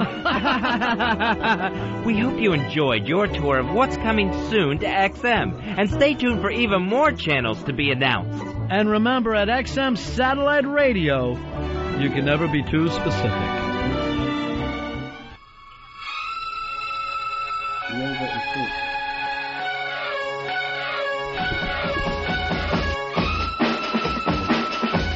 We're back with the Ron and Fez show on a Wednesday. 866-RON-0-FEZ. That's 866-766-0339. Or you can always email us at ronandfez@AOL.com. I'll send you an email now. Dear Fez, you're my favorite. Thank you, Ron. Signed, Jerry. Jerry from Mars. Shout out to Andy Nesbitt, who gave us a shout out. He's a writer on FoxSports.com, and recently wrote this on the FoxSports.com website. If you're an XM satellite radio subscriber and you're not listening to Ron and Fez, the Ron and Fez show every day on channel 202, you're missing out. Some of the best comedy around. I'm going to write to him and yell, lie. That was nice of Andy. In Maine, a cook went on a Labor Day killing spree, murdering the owner of a bed and breakfast. And well, you got the 3-day weekend. Why not do that? So he murdered the owner of a bed and breakfast and 3 other people. Have you ever been up to Maine? I've never been to Maine. It does feel, and I mean, it's a beautiful place, but it feels like you're in a horror movie. It just has that foggy, cold, even in the summer feeling about it, and these, a lot of big stone houses. With bed and breakfast, I immediately thought of The Shining in this thing. You ever been to a bed and breakfast? No, I've never been to one. Chicks like them. I don't like to live in the house with, you know what I mean? Like, you can't walk around in your underwear because there's other people there. I know. I'd much rather have a hotel where the bathroom's actually inside my room and I don't have to go down the hallway to shower. Share a shitter with some old lady. I know. That's got to be the worst thing. You would. That's the best. I constantly get caught with my dick out. Whoops. Maine is one of those places where you just think there's probably some creepy people crawling around Maine. Yeah, like the Pepperidge Farm, like guys that are like the Pepperidge Farm guys. They're just kind of out on their own in Maine, and you don't know what's going on in their mind. I don't think there's a lot of murder in Maine, though, is there? Probably why this is a big story. Yeah, it's actually Maine's worst homicide case in 14 years. So, and that's 4 people. Yeah. So it beat the standing record of 3 in Maine. I think you start to get out west. Utah, I think, has a reputation for having creepy people. Mormons? Mormons, yeah. The problem with Mormon is that it sounds too much like Muslim. It's that sound. So I think that that polygamous guy just got arrested. They let you broadcast to a nation with your anti-woman, anti-religion views. I'm just saying how it's perceived. I'm not saying it's true. It's the first time I've ever heard it perceived as Mormon is too close to Muslim. Because you come from a state that's the scariest state probably out there, at least tied for second, Florida. Because you get this word in Florida, drifter. You never hear of a drifter in Maine, a drifter in Pennsylvania. Florida has drifters. The problem is you can't go any further south without leaving the U.S., so it all bottles up in Florida. Well, people have a tendency to follow the sun. Crazy killer people. I mean, you're out on the road. Where would you rather be in the winter? So they go down to Florida. To me, the three scariest places would be Florida, Texas. Oh, yeah. A lot of nuts in Texas. And then the old standby Cali. Cali, a lot of weirdos. Yeah, that's going to happen. To me, I think more of the loner states like Montana, where the Unabomber was at. Ted Kaczynski. That's one guy. And he was in his own cabin and never killed anybody in his own neighborhood. His bombs always went to San Francisco or whatever. It makes you wonder, though, how many of those individuals are out there in their cabins that are just loaded for bear, just creeping people out. Yeah, but at least you're far away from other people. Yeah, that's true. Florida, pedophiles end up. They got the rep for the pedophiles and stuff there. Besides, probably plenty of serial killers come out of Florida. Fez, what else is happening out there? Something else going on is Emilio Estevez hopes his latest film, Bobby, will be a call for young people to shake off their cynicism and get back engaged into the political process. It's about Bobby Kennedy? Yeah, so what they're doing is combining real footage of Bobby Kennedy's assassination and then adding some fictional characters to the story. Fictional Kennedys? Not Kennedy. Hi, I'm Kirby Kennedy. So, Lindsay Lohan is in this, and Elijah Wood. They're going to be fictional characters that happen to be in the hotel when Bobby Kennedy was shot. So how's this going to help people? He calls Bobby Kennedy's death a death of decency and a death of hope. So, by killing Bobby Kennedy, everyone got inspired. People were supposed to be inspired by his death to join the political process. And then Nixon ended up winning by 2 landslides. What the fuck are you talking about? Keep your brother straight, Emilio. That's how you could be helping the country. Keep the crack pipe and whores away from your brother, Charlie Sheen. And Charlie Sheen, he's just going to keep doing 2.5 Men. You ever notice that everyone just calls him Charlie Sheen? I wonder if even his own parents. Emilio, you and Charlie Sheen both have to be here for Thanksgiving. It must be the Charlie Brown theory. His name's Charlie, so you're just going to go first and last name with him. I don't think he would come unless he knew exactly who you were talking to. He's not a bright guy. Charlie Sheen. He's one who never went with the Charles bit either. I'm now Charles Sheen now that I'm grown up. Well, he never started doing the evening news. Charles Gibson didn't do it till he was 69. Peter, you're on Ron and Fez. Yeah, young people don't give a shit who Bobby Kennedy is. They don't give a shit about anything. It's just ridiculous. This movie doesn't mean anything. I fucking hate it already. No, shouldn't you watch it before you decide? No, fucking Emilio Estevez. Where the fuck has he been? Fucking delivering mail? Wait a minute, let's not forget Men at Work. What a film that was. What was that, 1985? About that, yeah. With that shock ending that it was all just a... No, the other one was the shock ending. The one that he did with his Demi Moore. I can't think of the name of that. I can't think of it either. Then, of course, there was Stakeout 1 and 2. No, we're talking about the films he directed. Oh, okay. Because this is him directing again. Rags, you're on Ron and Fez. Hey, boys. Yeah. How are you? Good. I know you don't care. Hey, listen, could Fez shut up for a little while? Let Ronnie talk, please. That's why we pay. Big bucks. This is Fezzy's day today. No, it shouldn't be my day. Roll with it, baby. Last night I was having this dream where I was stuck up on the roof of my building. and I was getting ready to fall. And it was like there was like all kinds of construction going on up on the top of the building and stuff, and it was raining, and I was like teetering on the edge of my building, and yet I did not fall. Have you ever fallen in one of your dreams? It's weird you bring this up because 2 nights ago, first time ever in a dream, I was eating. I was eating a sandwich in a dream with Ron Diaz and Ross Reback. We were all sitting down attacking sandwiches. And I thought to myself, I've never eaten in a dream before. I don't think I've ever eaten in a dream. Yeah. I think I've seen food. And everybody falls in a dream. Oh, really? Falling is very common, yeah. I have actually flown, like, taken off like Peter Pan in my dreams. Now, see, whenever I've flown in a dream, very rarely, but I never take off soaring whatsoever. You got to. I usually end up like hovering, like I'm a helium balloon, like one of those Mylar balloons above the room. So I just kind of float. Will, you're on Ron and Fez. Hello, boys. Yeah. Ronnie, I just wanted to help you out with that name of that movie, Wisdom. You know what? Big ass prize closet. Hey! Thanks for being there for me, brother. Thanks, man. We're going to give you a DVD copy of the Pixies Acoustic live in Newport, courtesy of Eagle Rock Entertainment. The Pixies Acoustic live in Newport, that is in stores now. Nice. Nice job. You ever driven in a dream? I don't think I've ever driven. I have driven in a dream, and it's always a nightmare. Whenever I drive in a dream, I'm out of control. Like the car, I can't control the car. I'm turning the wheel and stuff, but it's still going in the path that it's meant to go. Why worry? You're a little helium balloon. You'll be safe. You'll just float away. I wish I was floating. Usually what happens in my driving dreams is something gets in my eye, and it's like my eye, I know I'm driving. Is it cum? No, it's not cum.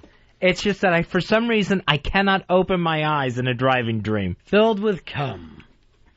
And then I end up on the bridge, and the bridge is going straight up. So you even have phobias in your dreams? Oh, yeah. Yeah, reoccurring phobic dreams. Here's Jason. Jason, you're on the Ron and Fez show. Yeah, BAC 3006, buddy. Hoo-ah! Yeah, hey, you guys are forgetting on the line of creepy states. You got Wisconsin. We got Ed Gein, Ted Bundy. We got Jeffrey Dahmer. That guy eats some bitches. You know what? That's true, and they don't get a bad rap. Wisconsin seems like we don't get nothing. Like a place that you would sleep with the windows and doors unlocked. Yeah, everybody gets the hometowny feel from Wisconsin. I think it's basically because of the way we talk. Eh? And you're fucking the cheesehead thing. Yeah. Later, buddy. See you later. Here's Terry. You're on Ron and Fez. Yeah, the falling dream. I've read in books that it actually means you're sexually frustrated. And I'd also like to say I'm sorry about saying the Ramon thing to Fez yesterday on the line. That's too late. That hurt his feelings. Yeah. That's probably what gave me the bad dream last night. I'm sorry, man. Y'all are my favorite show, dude. Too late. Ramon, take this gentleman away. Ramon. Terry, you're on Ron and Fez. Hey, Ron, I know you can ask Earl about this, and he'll start out by saying no, but he hasn't done anything with pad data for over an hour. Why not, Earl? That is not true. That has not been over an hour. We've been changing it constantly. It just changed as soon as you threw it to Earl. Fez, have you checked it over the past hour? I have not. I have not paid attention to it like I should have. You need to. Yeah. You've got to watch over his shoulder constantly. Because when I'm gone, you're going to have to deal with these two fuckers. I can't deal with those two. You're going to have to. You're going to be the grown-up then. Oh, my gosh. I can't even turn around and look at him. Jamie, you're on Ron and Fez. Yeah. Yeah. When I have a dream about driving, I'm getting arrested in my dreams. I've never had the arrested dream, but I have had the you're in jail dream. Where I'm for some reason, I'm in a prison cell and can't get out. Dave, you're on Ron and Fez. Hey, guys. How you doing? Yeah. Yeah, I was just calling because just this week I had a dream about driving and nuclear bombs were going off. and it started like off in the distance, and then I'm driving, and the explosion's getting closer and closer. I woke up sweating, panicking, and there's some kid driving down the street with his bass in his truck. I wanted to kill him. Well, that'll happen. I'm going to tell you right now, Fezzy, I had a dream that a little black girl and a little white girl both climbed up on my lap and started making out. I think it was the same dream Martin Luther King had. I don't think his dream ended that way. It should have, because it was fucking hot. Danielle, you're on Ron and Fez. Hey, buddies. Hey, buddy gal. I just want to say that last guy you called was wrong. No, it is hot when black chicks are with white chicks. No, not that. That when you fall, it means you're going through a change and you feel like you can't control it, not you're sexually frustrated. Well, here's the thing. If you ever go to any dream book, every one of them is different. Every one of them. Not really. They're all based on the same thing. No, they're not. They just make that shit up. Jerry, you're on Ron and Fez. Hey, buddies. Yeah.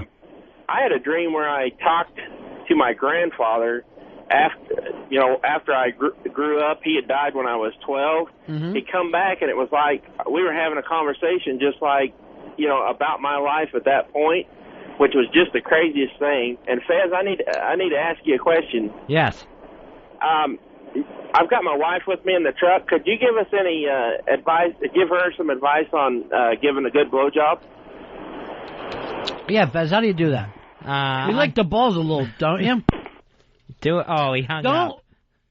Don't let the balls be orphans, ladies. Take care of the balls. I've had nuclear. You've given some good ones over the years, I bet. No. Bad ones? You get bad blowjobs? I try not to talk about that. Not with your mouth full. I've had the nuclear bomb dreams before. I always get a tidal wave dream, too, like a tsunami's going to hit the city or something. I can see the wall of water coming. Wall of water is a common dream, believe it or not. Really? Mm-hmm. All right, well, that's good to know. Means that the end is near. The end times are upon us.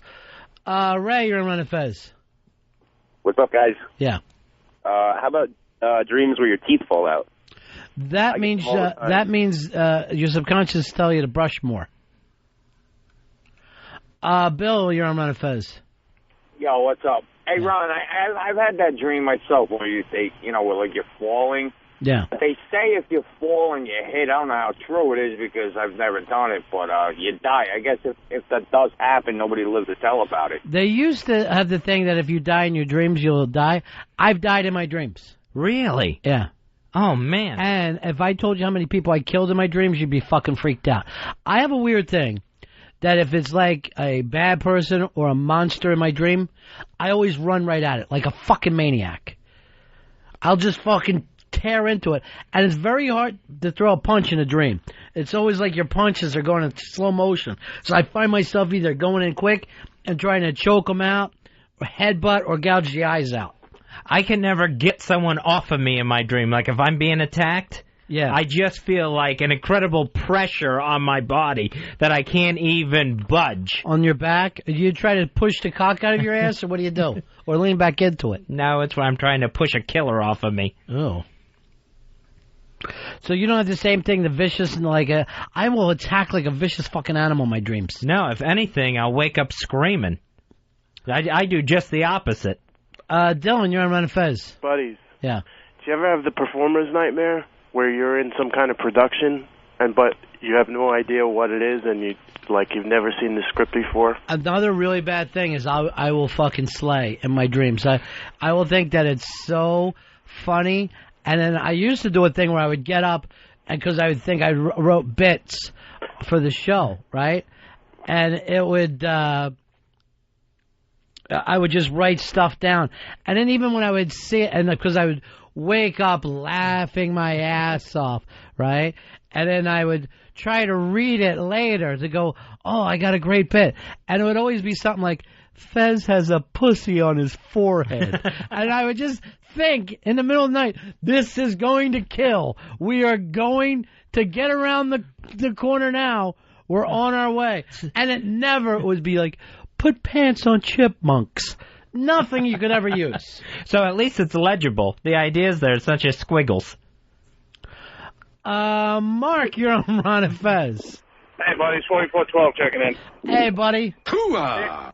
I just keep having the same dream over and over again that I'm banging young hot chicks. That's not a dream, that's a fantasy. You haven't even fallen asleep yet. That's just you pretending. Tony, you're on Ron and Fez. Hey, guys, how you doing? Yeah. I had a dream, a nice romantic dream that Fez met me in a bar, and we went back to his place and made wonderful man-ass sex. Keep dreaming, Tony. Good one, Fez. No, Thank you, Ron. You're used to turning them away, aren't you? Yeah. I like to have a dream that Fez was in a bar and bought drinks. Just reached into that strong box he calls a wallet, that rusty Civil War strong box that he carries around. If I had it, I would spend it. Let me do this then. Let me go through your pockets right now. No. Whatever I find, I keep. I don't think I have that much on me. I have a comb. What are you looking at, Invincible, trying to make the team? Huh? Got dreams for the bomb squad? Is that it for you, Invincible? You fucking act like you're living the Invincible lifestyle where you come on the show fucking every once in a while and on a kickoff and go down. Look at you, you red-faced bastard. Eastside is misspelled on his locker. Does it really matter? What's with these mirrors on the ceiling? They're the light Just goes look up at yourself. It's fucking... They hate when you do that. You were so like looking at a plum. Well, the light goes from the floor to the window to the mirror, back around. It's 8,000 degrees in here. You honestly look like a plum wearing a bad shirt. This is my best shirt I've ever had. You gotta be kidding me. Is that a pajama top? This is from the Gap. It looks like you've wandered out of a mental institution. You're lucky your Earl doesn't hop on you and try to blow you. Holy shit. I was just going to say, I have a recurring dream where I get my head shot. I get shot in the head. Oh, God, only if that can come true. Please, Jesus, let that dream come true. And this is dead serious. It's never in the same location, though oftentimes it does involve in my home or something. But one time it happened on the sidewalk of New York City, too. I was just walking, like, by a hotel. Were you shot by a coworker? Because this is a dream that may be coming true soon. No, it's never anyone I know, although many times it does have a bald-haired man with a mustache and beard. So that is the culprit. But I swear Tommy to God, Kramer. But since I was 16, I've had that recurring dream. And I'd like to know what that means, because I do die in my dream. I've died in my dreams, too. Well, what does it mean? It doesn't mean anything. It's a fucking dream. People are always trying to figure out what dreams mean. They're just your brain running off some fucking extra oxygen, extra electricity. Adam, you're on Fez. Hey, Ronnie, I was just wondering if you've ever had the dream where you're on a radio show that's bombing and nobody's helping you. Oh, see, these guys, they know I'm bombing. No. That's what fucking kills me. They will point out to me through phone calls and emails, you're bombing. See, I think that call was uncalled for. I think it's called for. I think every call should be exactly like that. What is wrong with you guys should be every call. No one called for that call. I know I didn't. That's right, Captain. Boy, it's a little hot in here. What are you, fucking a flop sweat at your own job? How can you be nervous of your own job? No, it's just... How long you been with us? Oh, boy, let's see. I think it would go back to late January, early February. So you had a hell of a run. Yeah, that was... What do you mean? Because we're making some changes. Head? I'm telling you right now, I got my eye on Pitsy. Oh. The kid, let's face it, two things about him. A, he's a workhorse. And B, face it, he's a fucking rabbit's foot, this kid. There's nothing but luck around him. How so? Every time I'm around him, I'm in a good mood. It seems like lucky things are happening for me. With Pitsy? Yeah. The kid is like a horseshoe. Don't forget, I always bring chicks around, too. Pitsy showed up with so many beautiful young girls. That is true. One of them, he had a fucking knife up to her back. He fucking forced her into the car to come over here. Here is Troy. You're on Ron and Fez. Hey, boys, what's happening? Yeah. Hey, my dream I have, kind of the same thing as you, Ronnie, but I'm in there, fits of fury, just hitting them in the face. No bloody lip. Nobody gets knocked down, but there's a blank expression on their face. But does it seem like you're throwing the punches underwater, though? Like it's really hard to put together any kind of combination. That's how it is anytime I'm running in a dream. I am making no progress whatsoever. How's that different from real life? Why don't you get on that little fucking tricycle, that motorized tricycle you have? It's my Little Rascal. Is that the name of it? It's either a Little Rascal or a Lark. I think there's 2 name brands on those things. Eric, you're on Ron and Fez. Hey, what's up, buddies? Hey, buddy. I always have that vanilla sky dream. I wake up in the middle of the city and there's no people there except a massive pile of burning niggers. White people are so scared of black people. Eric, what's with the shot calling? What's the shot calling all about? He thought he would get invited in and patted on the back, and maybe there'd be a parade through the city for him. Isn't it enough that you've got the Congress, the Senate, and the President? Do you still have to make those kind of calls? I wonder if Bush would ever listen to this show, if he heard that call, he'd go, well, there's another vote for me. That's definitely one of my guys. Definitely one of my boys. That Vanilla Sky, not a good movie, but that fucking scene was scary as shit. He wakes... Did you see it, Fez? I didn't see Vanilla Sky. What do you see over there in that apartment of yours? I know you're not listening to the CDs. You got 11 of them sitting there with dust on them. What happens on the 21 hours a day that you're sitting in that apartment? I watch a lot of Science Channel. I watch a lot of Discovery. How come I never hear you bringing up any bright, interesting science and discovery ideas? Well, a lot of that stuff, all right, we know Pluto's not a planet anymore. It's like a lot of it, it seems rehashed. I watched, what did I watch on vacation? The History Channel, they had the series The Revolution. Oh, that was great. So I, sat there and watched that for a marathon. I didn't like it because I was rooting for the British in that. Why? Better dressers. Fucking fine red coats. That was the stupidest, period of history, that the British Army had to be red and the American Army had to be blue. Why didn't the American Army just think, let's dress in red and then fucking snipe them all out in one clear shot? Sniping is all they did, anyway. We fucking invented terrorism. Not till here in the United States. Far along in the war. Because of that History Channel special, they showed that George Washington lost his first, 3 or 4 battles. He was fighting the British Empire. But he really didn't get... the most massive military force on the globe at the time. But you don't hear about the fact that he really didn't get started for a good 2 years or so. At least. Bro, there's that thing in Central Park where he had to fucking run across Central Park. He was running his ass off to get free. They had to help him with barges to get over into Brooklyn. But see, I always thought of George Washington as the Muhammad Ali of presidents. He was just totally undefeated. He wasn't the president then. He was the general. All right, well, then generals. And he was undefeated as a president.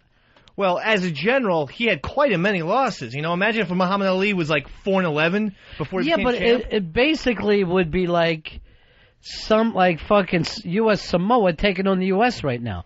Of course you're going to lose battles. The only thing that we had going for us was time. We were over here. And it took 6 years. Yeah, it took a long time. I was pretty surprised. I thought it was pretty much over by 1777. What did you just honestly think to yourself, that you knew things without reading? I don't like to read history because I fall asleep, but I do love to watch it on TV. So we signed... Why don't you and Fez lay down on the couch together, you spoon like a couple of fucking twin sisters, and enjoy the show? If I'd known he was watching, I would have definitely invited him over for popcorn and History Channel. What are you doing tonight? Are you going to be watching it tonight? I'm busy tonight, thank you. Why not, Fez? Head on over there. Watch the Discovery Channel. Don't say a word to each other, but you're finger banging each other's ass. I'm not too... I'm not going to be able to pay attention to the show if that's going on. I don't really want to do that, but definitely popcorn. Why turn him down? He's not good enough looking for you? No, he's very handsome. Kiss him then. On the mouth? Yes.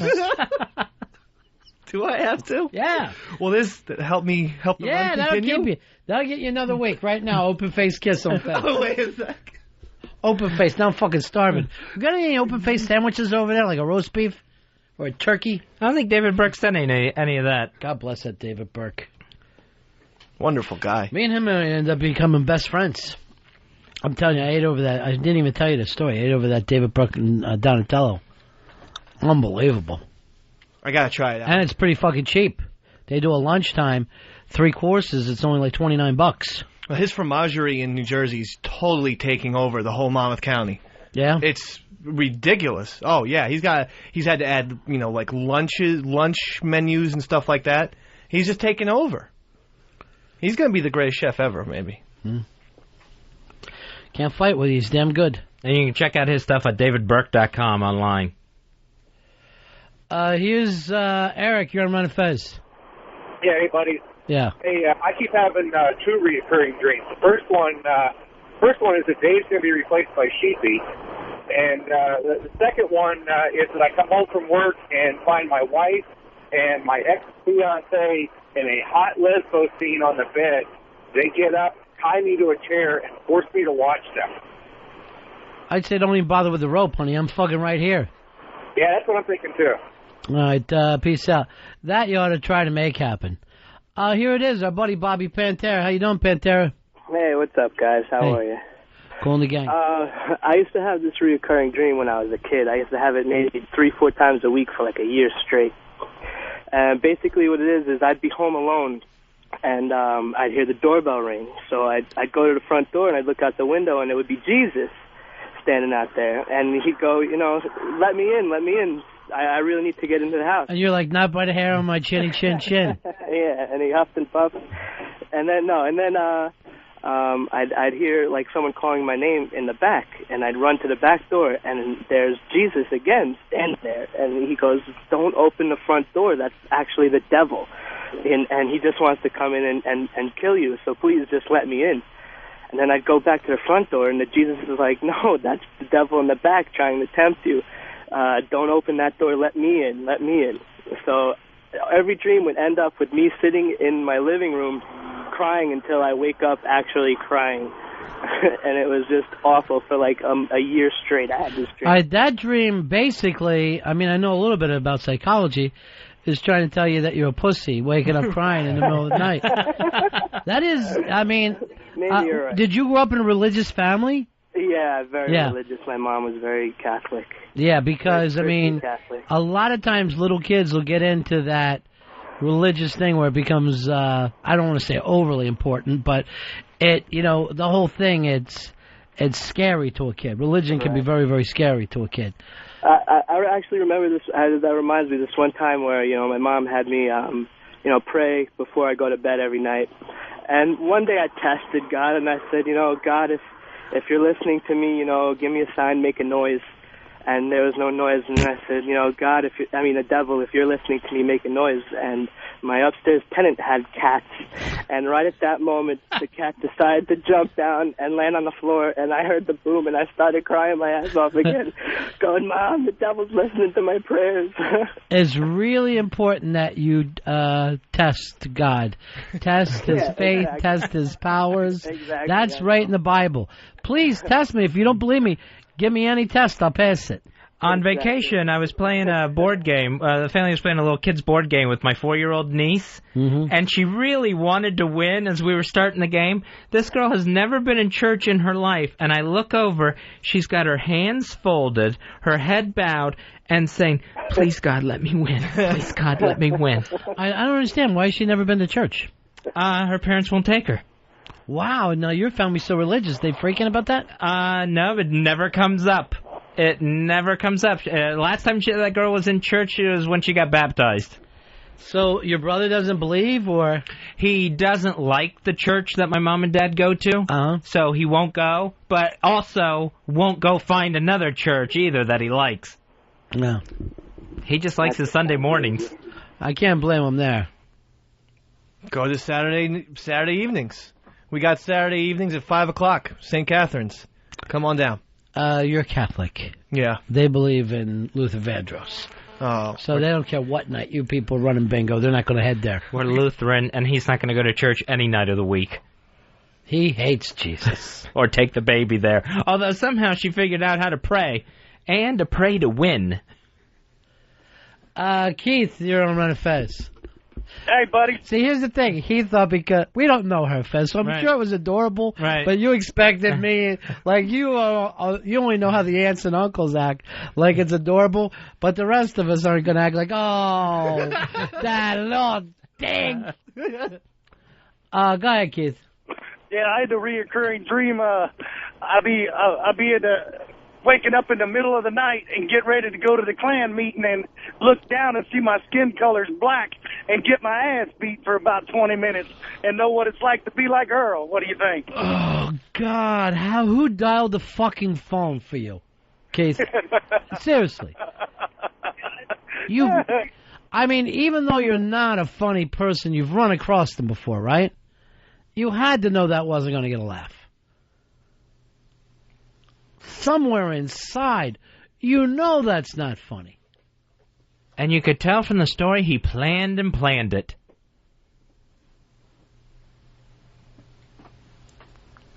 Thought it would kill.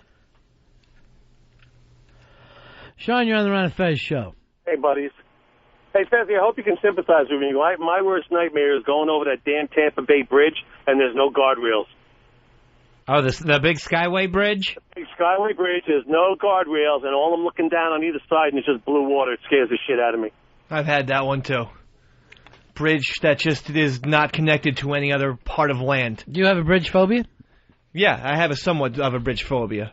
What do you mean somewhat? Well, I get sweaty and I get very uncomfortable. I'm still able to do it at this point, though. I'm still able to drive over it. But that's why I researched, Ben Franklin Bridge is one of the scariest bridges in the world. And we've never seen your research for that. Well, I did. I Googled it, but I didn't. I came up empty. Yes. But it's a theory that is not held just by me. But it doesn't have any scientific proof. He tries to tell us that the bridge in Philadelphia, Ben Franklin, more people get off and walk away from that bridge. I'm like, what would that be based on? And it's because you're afraid of that bridge, right? Yes, but also my brother told me that. And if he's listening, because he listens, please call in. Why would you let your brother listen to the show? He likes the show. You know what? He contributed a couple ideas over the vacation. If I hate you, I would love this show, too. He had a couple of ideas over vacation. So, is he afraid of the bridge, too? No, he's not afraid, but he got me afraid of the bridge. So I don't understand why he told me it in the first place. Why don't we do this, Fez? I know you wanted to shave off your eyebrows today to help the show. Sure. Forget that. You and Dave, you walk over the 59th Street Bridge together, or you walk over the Brooklyn Bridge together. Oh, that is frightening. And then we'll do this. We'll have a rope so, we can tie you guys. Right. Have you each jump off on different sides and see as you both come down that you'll look past each other as you're going by. The walking it would be hard enough. Mm-hmm. I don't think I could jump tethered to Eastside Dave. By the way, I don't know whether anybody else saw how disheveled and crazy-looking Fez was when he came in today from walking up the steps at the subway. Yeah, those steps, I don't know why. They take the absolute life out of me. How many steps is there? I think it's 6. No, it's not 6. I was going to say 64, but I think it's 32. I think it's 32. You step counter? Yeah, sometimes. Because I'm going so slow on them, it's nothing else to do. Speaking of step counting, you're coming up on a year not having a drink, huh? Yeah. November 6th was the last drink I had. Wow. So you even drank after the heart attack? No, the heart attack was November 10th. For some reason, I thought it was October. Oh, yeah, but that's right. It couldn't have been October. All right, so you said you were going to try to go a year without drinking? Yeah. You had any problems with that at all? Or easy? Yeah, I have, actually. There's been times where I'm like, I really, really want to drink. Well, I do the same thing, bro. It's what you do when you don't drink. And, I mean, for the most part, going through my daily routine, I'm fine. I get to the weekend, and I really want some beers. It's fucking so boring to spend a sober weekend. I'll tell you what else is really hard. Traveling. When you don't drink, you can't believe how boring travel is. What's the point? Yeah. I wouldn't want to go anywhere if I wasn't able to drink. You're not able to drink, but you do anyway. Yeah. You're the worst drinker ever. Oh, well, I know that's, but I only do it on Friday nights pretty much, so I feel like I'm in the clear with that as far as that goes. But Friday night is when all the bad things happen to you. How are you in the clear? And sometimes on Saturday, too. But, I mean, definitely not during the week. Well, because there's really no consequences. We tried the drinking show with you. It didn't work out, right? You threw up. Well, I got pretty damn close, and I think it was just a matter of I hadn't eaten anything intentionally, because I thought the beer foam would make me full, but I got to shot 54 and I threw up. Now, Fez, you used to get drunk too fast the last year or so. Yeah, there was a situation, I think it was probably a couple months right before I had the heart attack, where I downed a beer in here that Greg from Buffalo sent me and got instantly smashed off of one beer. Yeah. I mean, just wrecked. That's when we knew something was wrong with you, but we didn't know exactly what it was. But I'm like, this can't happen. How can someone be drunk? And at that time, I still thought it was all mental.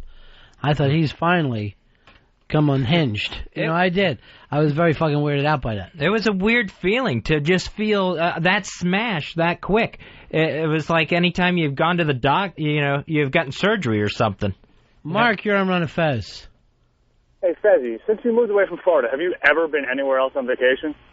He does like to vacation back to Florida. I do vacation back to Florida a lot. Went to Vegas not so long ago and took a cruise last year, which I really enjoyed. What were you doing in Vegas?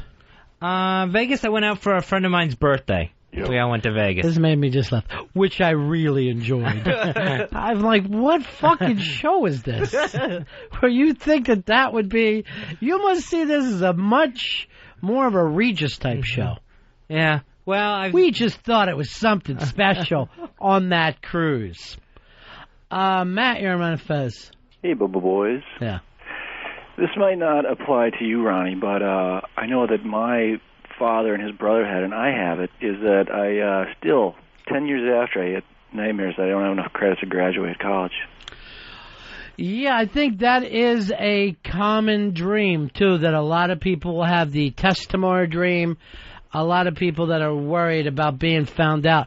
It probably means that you're not comfortable with what you're doing at work now. I had that dream the other night where I had to go back to high school and start all over again. Yeah. Like, everything got wiped out, and I was like 8 years behind. It was really scary. I mean, I've had the dreams of, I think I've done something horrible and I'm going to be found out about it. I think I might have murdered somebody dream. You know what I mean? Where you fucking think, I'm about to get busted and it's all going to come clear. And when you wake up, you don't even feel that like, oh, is this a dream? You're still like, yeah, but even if, let me go over everything. You're sitting there awake, still trying to deal with it. Wade, you're on Ron and Fez. Hey, Ron and Fez. I've got this reoccurring dream of you, Ronnie, cracking Dave in between the eyes with that fucking cowbell. Ow! Oh, my God. Oh, my God, a dream came true.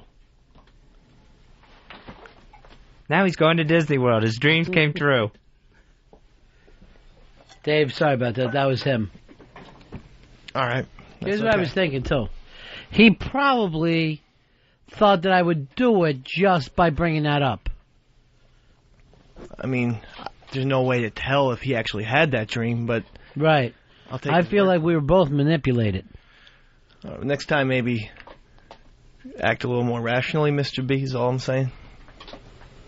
Wait, excuse me? Sorry. What you fucking say? Really? No. No, I'm fucking so glad you grow a set of balls. I want to fucking hear it right now. You want me to act how? Maybe a little more rationally. In what way?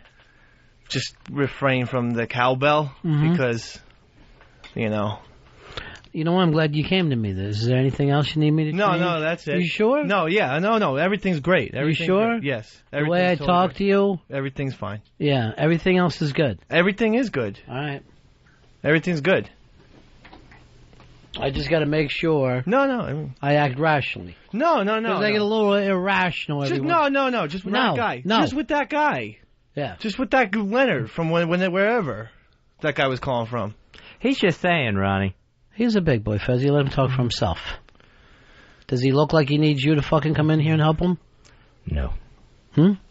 No. Earl, you want to get on this? No. Maybe you find me irrational too? No, he's a grown man. He can handle it. Boy, he talks more and more like a girl, doesn't he? No, he's a grown man. Hey, I didn't mean to speak out of turn. No, can I do anything else for you? No, Can I no. fucking fix your car?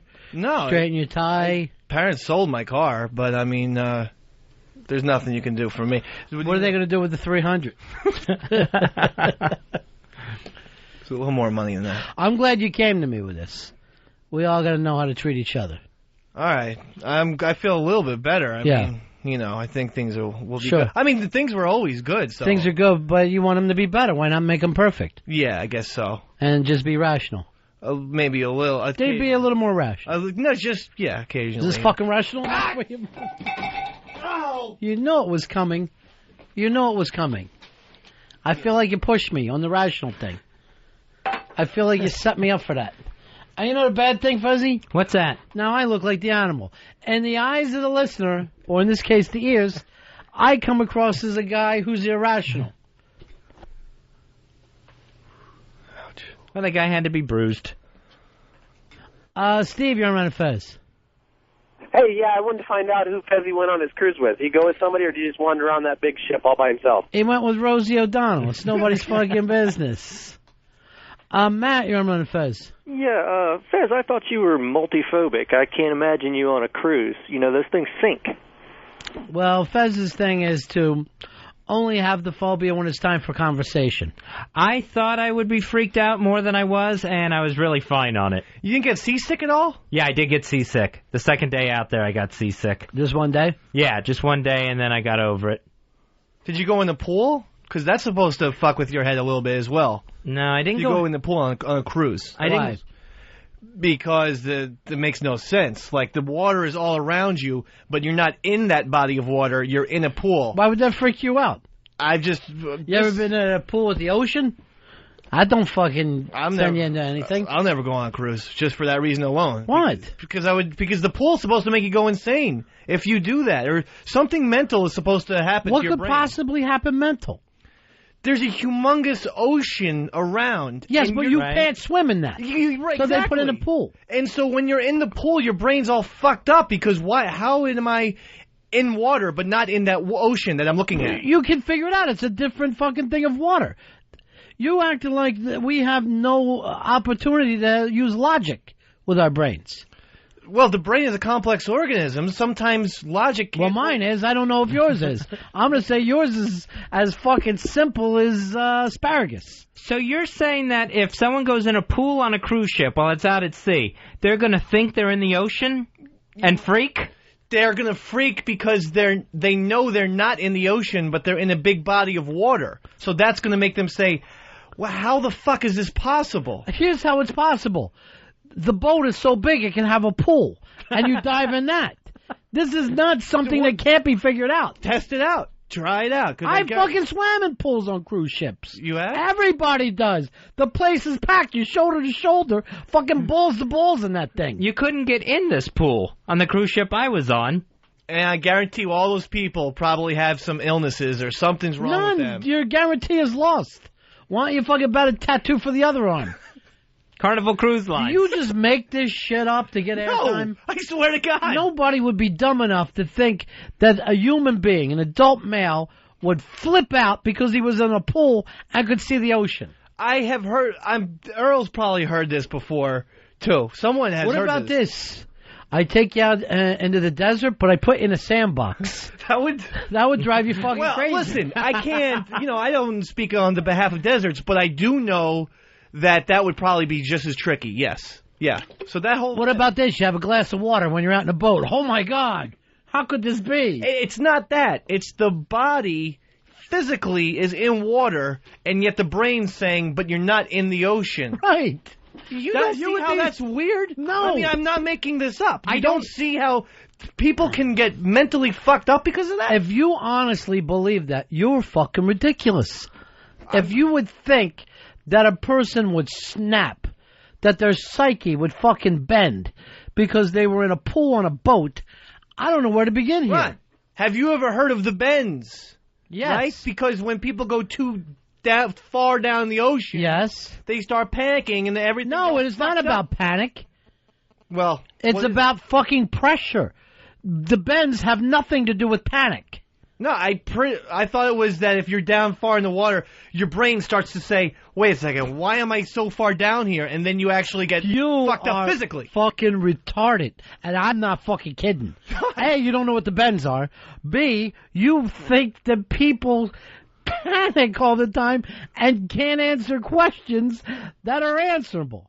Like if you were that far under the water and your brain said, what the fuck am I doing all the way down here?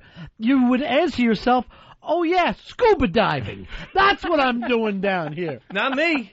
Not me. I would suddenly, I guarantee you there's cases of this where people would suddenly say, why am I down here? And if your brain is that strong, it will physically start a reaction that will close down different organs. If your brain is fucking strong, it's going to fucking answer your question, which would be scuba diving.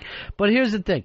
Ben's is the fucking pressure. It has nothing to do with panic. Well, that's okay. If you insist on that, I'll go with you. Wait a minute. Why would people come up? Do they stop at certain fucking places and get used to the new pressure? Right. Oh, I didn't think That's about how your brain can look around and go, oh, look, I'm not down as deep now. Well, I was totally misunderstood about the bends, but my pool theory on casino boats is still accurate, I think. But everybody is in the fucking... Everybody that goes on those places, because you're out in the sun, uses the pool. No one ever goes crazy. Time will tell. Time will tell about how the effects are going to achieve. You're just trying to annoy me. No, I'm not. You know what? You pale next to Al Dukes. Al Dukes would come in here, play the guy that you love to hate, and people would enjoy it. You play the guy that people hate to hate. I'm not. This is a fucking hate-to-hate bit. No, it's not, really. It is. I'm just telling you what I heard. You never heard this from anyone. I did hear it. Who? Is it your brother again? No, this one isn't my brother, but I'm always on the internet, and I look up things, and I see blogs and different stories. All you do on the internet is try to talk young girls into telling you what they're wearing. What color are your panties is every fucking question. Here's Crotch Critter. You're on Ron and Fez. Hey, boys, how's it going? Dave, I got to call you out, man. You're a retard about the bins. I'm a diver, and the bins, which is commonly referred to as nitrogen narcosis, is basically when you go down deep and you come up too fast, the nitrogen in your system leaches out into your veins, and your brain doesn't get enough oxygen. So you got to slowly come up, right? Right, exactly. It's a decompression time, basically. You have to just slow it down and bring it up. You know, you have, like, certain decompression depths you have to go to. Now, at any time of you diving, do you say, what the hell am I doing down here, and find yourself in a blind panic? No, that's actually what's called spatial disorientation. That's when you start moving around a little bit too fast, and you lose your equilibrium. You don't know up from down and everything. One question, Crotch Critter. You did say, though, that it affects your brain, right? Well, it affects the oxygen level. Not your mind. But that's my point. Maybe they are related. They're not related. But no, I mean, anybody who's going through a physical thing could find themselves panicking. But you're saying panic drives these fucking body to shut down. That's not what's happening. Maybe. What if that's the first telltale sign of what's going on? Like that the brain is panicking. Maybe the first telltale sign. No. Stop it. BCH, you're on Ron and Fez.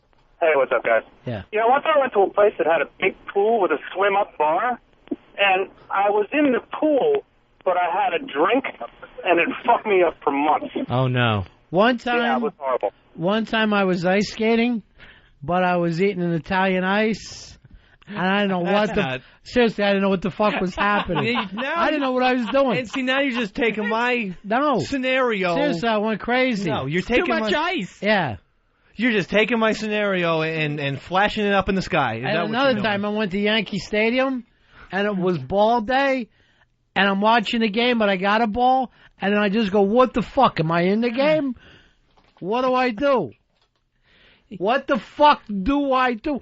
And then my brain says to me, you're fucking that's ridiculous. not what I was trying to say. You're fucking ridiculous. Chris, you're on Ron and Fez.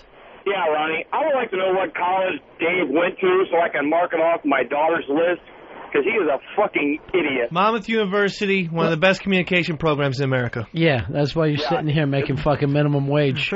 Have her take cruise ship physics. It's gotta be something else. It's a great school, let me tell you something. And we have myself, and that's really, I'm the only, I guess, famous alumni. Famous? Sure. You came up with the pool ocean theory. Hey, by the way, did anybody see that thing of Robot Einstein? No. Do not look at it. It'll fucking freak you out. What is Robot Einstein? It's a fucking robot, but it looks like Einstein.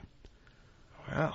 Sick as shit, this world of ours. Was it made by the Japanese? Yes. Who These else? fuckers. They love the robots. They are so far ahead of us in robotic technology. Oh, yeah. We're fucked. Just hope you die before the robots take over. Oh, I've been praying that like every night that I'm dead. I pray every night that you're dead too. Every night. I go like this. Jesus, please come and stab him. Well, don't do it like that. And I'll go, I'll even take Pantera's devil, Jesus. I don't like that at all. Patrick, you're on Ron and Fez. Ron, you're out of your fucking mind with this pool thing. I can't believe you've known Dave this long and you think he can figure it out. Yeah, I know. He's a fucking idiot. And you're out of your mind for giving him that much credit. But here's what really gets to me. And you heard me have a little meltdown as the show started today because these fucking two guys were out hanging in trees and fucking dove on me as I came in. I can't go on anymore. I cannot do this show. I asked Dave, I said, make up a list of people, and this is to replace me so Fez will have someone. He gives me one name, Henry Winkler. Not doing the show with Henry Winkler. Henry Winkler ain't doing the show with you. Then we're agreed. Tim, you're on Ron and Fez. Hey, buddies. Yeah. Hope you have a better day tomorrow. Listen, I'm pulling for Dave. I don't know, he's my favorite little retard. He makes me laugh. Give the guy a little bit of slack. So he doesn't know any better. He's from Jersey. What do you expect? I love the way that he gets these crazy ideas and then he defends them. Tooth and nail he defends them. Because they're out there. Because there's some reasoning behind it that I think even Krotz Critter backed up with the fact that the bends equals your brain or affects your brain.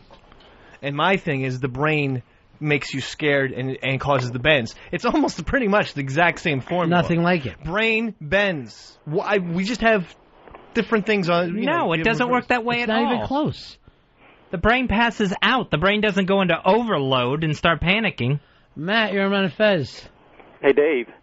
This one time I was at a ball game, and the girls came along with the T-shirt cannons, and I caught one. The only thing was I was actually wearing a T-shirt, and I shit myself. Oh, man. You must have been freaked. It was awful. Not exactly what I was talking about, Matt. That's not it. Seriously, one time I went to a volcano, but I was eating a big bowl of soup. And then I go, wait a minute, am I eating a volcano? Oh. And my brain shut down. If you got a brain bigger than a pea, I'll give you $1. Oh, I guarantee it. Take it out. What? Take that fucker out. You can't do that without dying. No. Is that another one of your theories? You actually got red circles under your eyes today. I don't know how you're doing it. Your eyes look like two assholes staring at me. It's fucking scary. Oh, jeez. Hi, you're on the Ron and Fez show. Who's this? Yeah, it's Chris. Yeah, what's up, Chris? I completely agree with Dave. One time I was riding up an escalator, and there were stairs right next to me, and my mind said, what the hell am I doing? The stairs move? My mind started saying this to me. Fine. Keep on laughing it. But none of us are laughing. We're just annoyed. Okay. I'll do whatever. Look, we all have our beliefs. That's my belief. I'm pretty sure mine's correct, and I'm sticking to it, you know? It makes perfect sense to me. What is your confusion about beliefs? Do you think that's a religious fucking dogma that you're spouting out here? No, but what I'm saying is if I truly believe that, you know, I'm in a pool... What beliefs do you think that me and Fez have? What odd beliefs? You're saying we all have them. Well, you guys are more pragmatical and have a very rigid, I would say, scientific outlook, whereas I'm more You can go into a cruise ship pool and not freak out. I think our experiments of saying half the planet has already done it. I'm just saying the brain is one problem. We have case studies to back ours up. I'm just saying there's more of a... I tend to view things more in a psychological manner and think the brain has a lot more hold over the human species than you realize. It's not funny. I mean, fine. Species? I'm laughing seeing that you were stuck in that fucking cul-de-sac of fucking gibberish and had to come up with the term species. Well... man, which is a mammal... Homo sapien. And you and Fez watch the same scientific TV shows, right? Yes. What is yours? Fucking black and white? How are you getting so confused? He must be watching them with the sound down. Or his back to the TV screen. I usually have a magazine or comic book while I'm watching Discovery. I have a feeling what you guys call Discovery, I call male porn. Gotta discover something.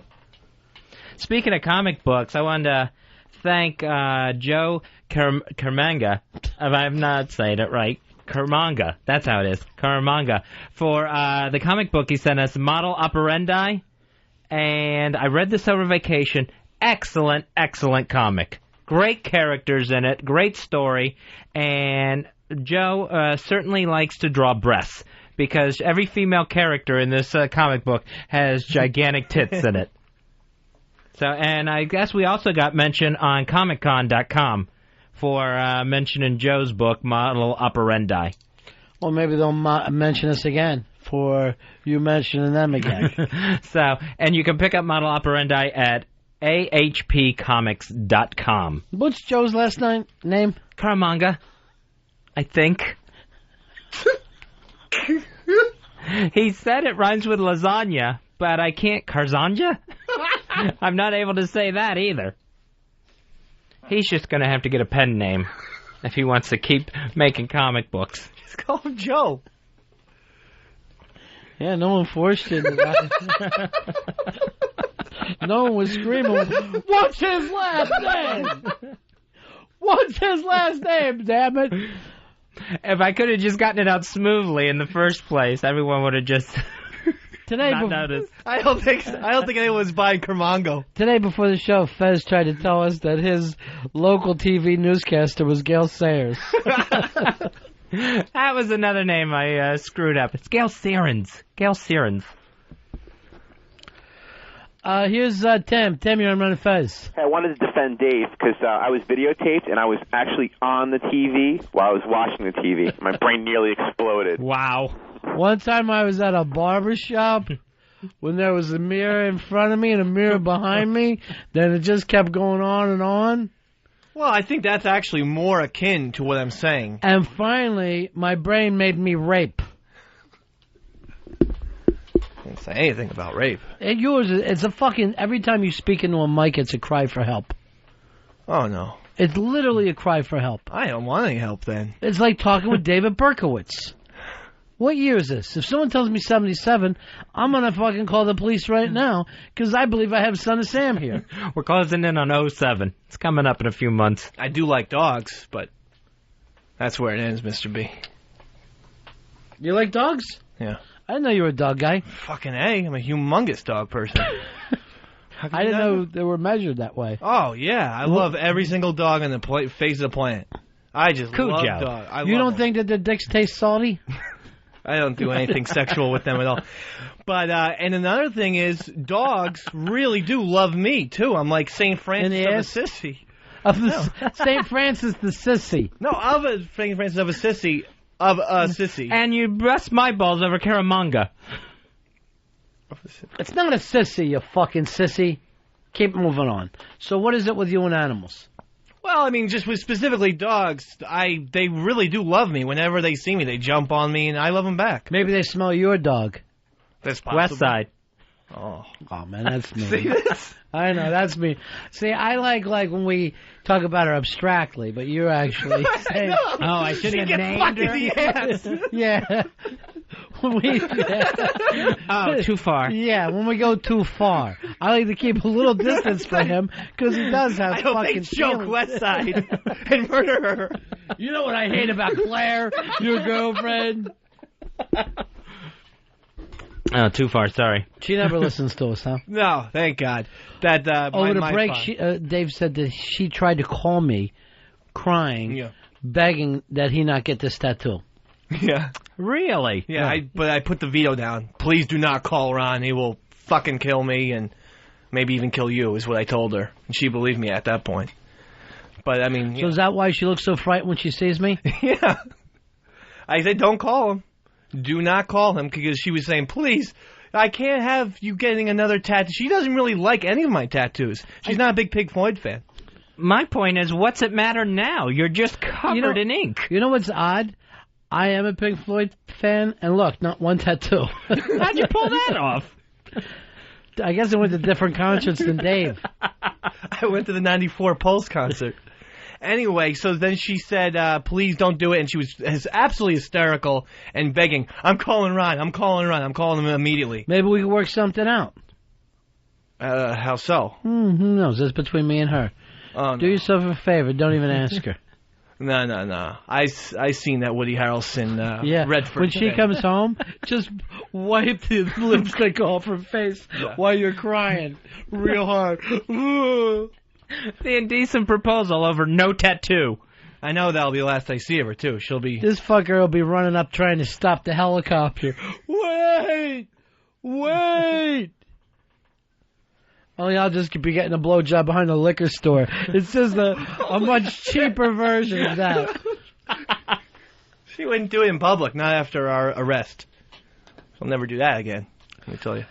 Jason, you're on Ron and Fez. Yeah, Ron. One time I was making some mac and cheese while this French slut was blowing me, and Bobby Flay was on the TV. It was fucking crazy. Thank you. Thanks, Cappy. Yeah. Cappy, let the floodwaters come in. Oh, so you're blaming Fez now? Well, I mean, I love my captain, but he just This went isn't right my fault, and I didn't do a sex joke. I did a dog joke. Call her a dog. What was your joke? And dogs love him. And I said, what, son? Oh, for some reason I had her fucking a dog in there too. I don't know why I heard it that way. That's my mistake. I heard anal too when you did. I heard anal too. I thought that she was getting banged in the ass by a dog. Oh, I told it better than I thought I did then. Maybe we just hear what we want to at this point. Hey, you still thinking about getting married to her? Oh, yeah. That's a definite at this point, I think. I guarantee you 3 or 4 years we'll get engaged. That's an absolute guarantee. Will she wait that long? Yeah, she will. What other options does she have? Where is she going to go after he ruined her? I can't imagine who else would want to marry her now. I hope they honeymoon on a cruise ship. Yeah. And she loses her mind in the pool on their honeymoon. I mean, getting banged from, by Dave is like fucking DDT poisoning. Nothing is going to grow there again. Listen, the other day, she actually told me I fucked like a champ, quote unquote. That was the other day. You know, the truth is, that's fucking really nice compliment. Because look how many guys she's fucking banged. So, I mean, you're at the top of a peak of maybe 100, 150. No, I think... Way to go, champ. Probably 1 and maybe 2. I'm still not sure about that. No, she probably said you fuck like a chef. I heard champ.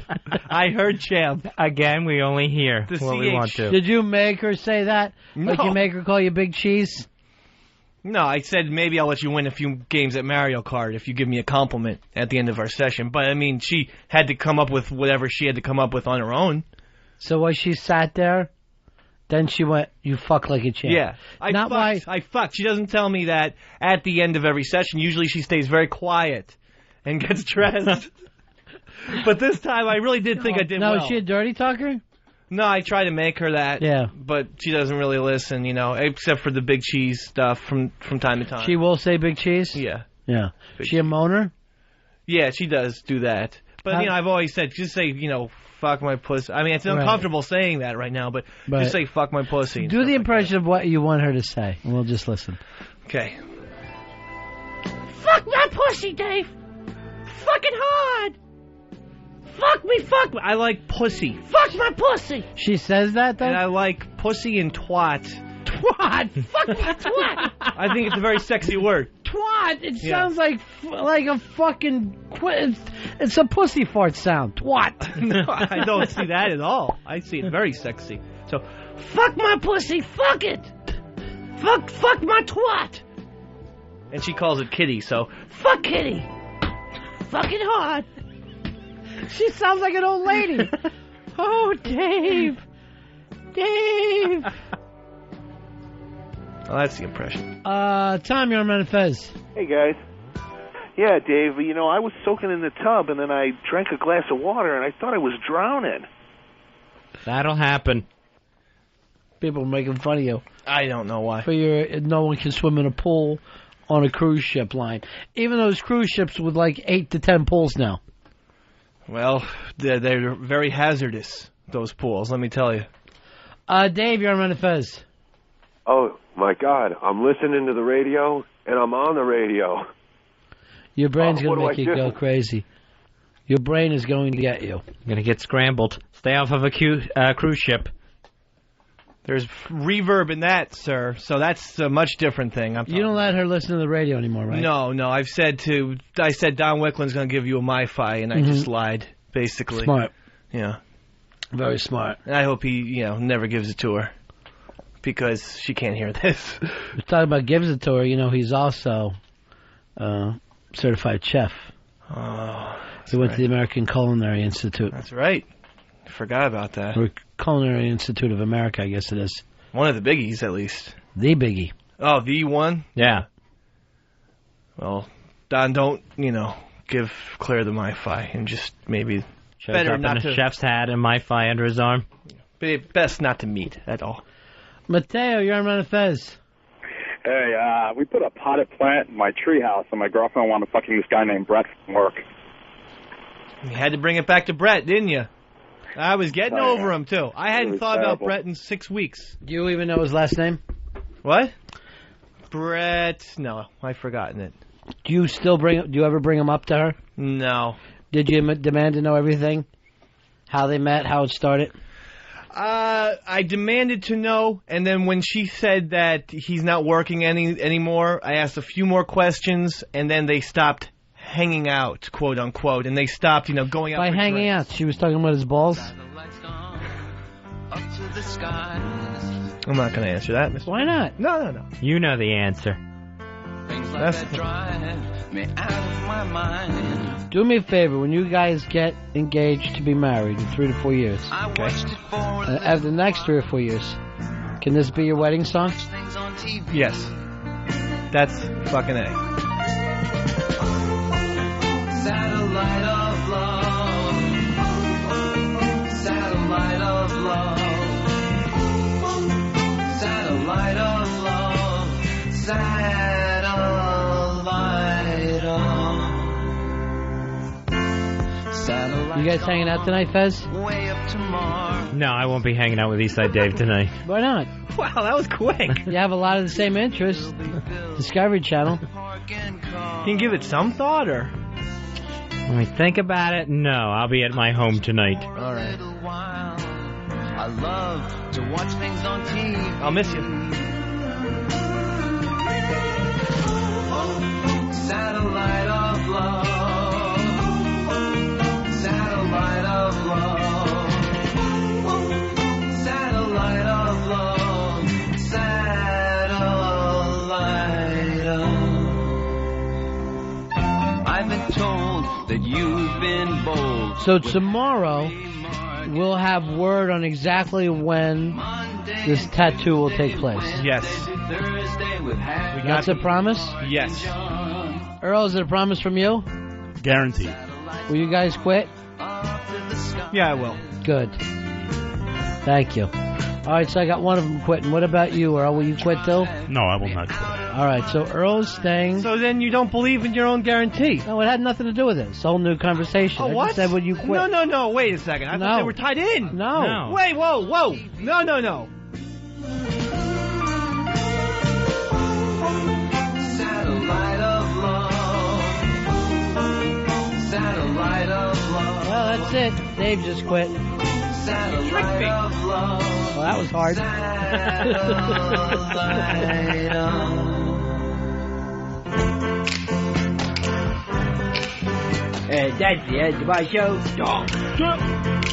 Satellite of love. Satellite of love. Satellite of love.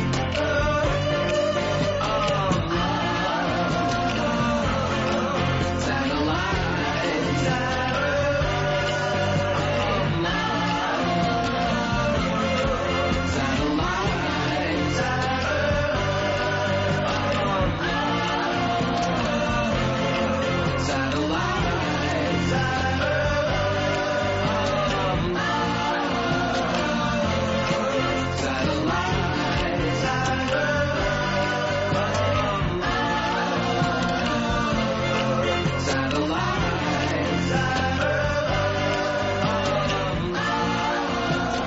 Ron Bennington, Fez Whatley, The Ron and Fez Show. XM 202.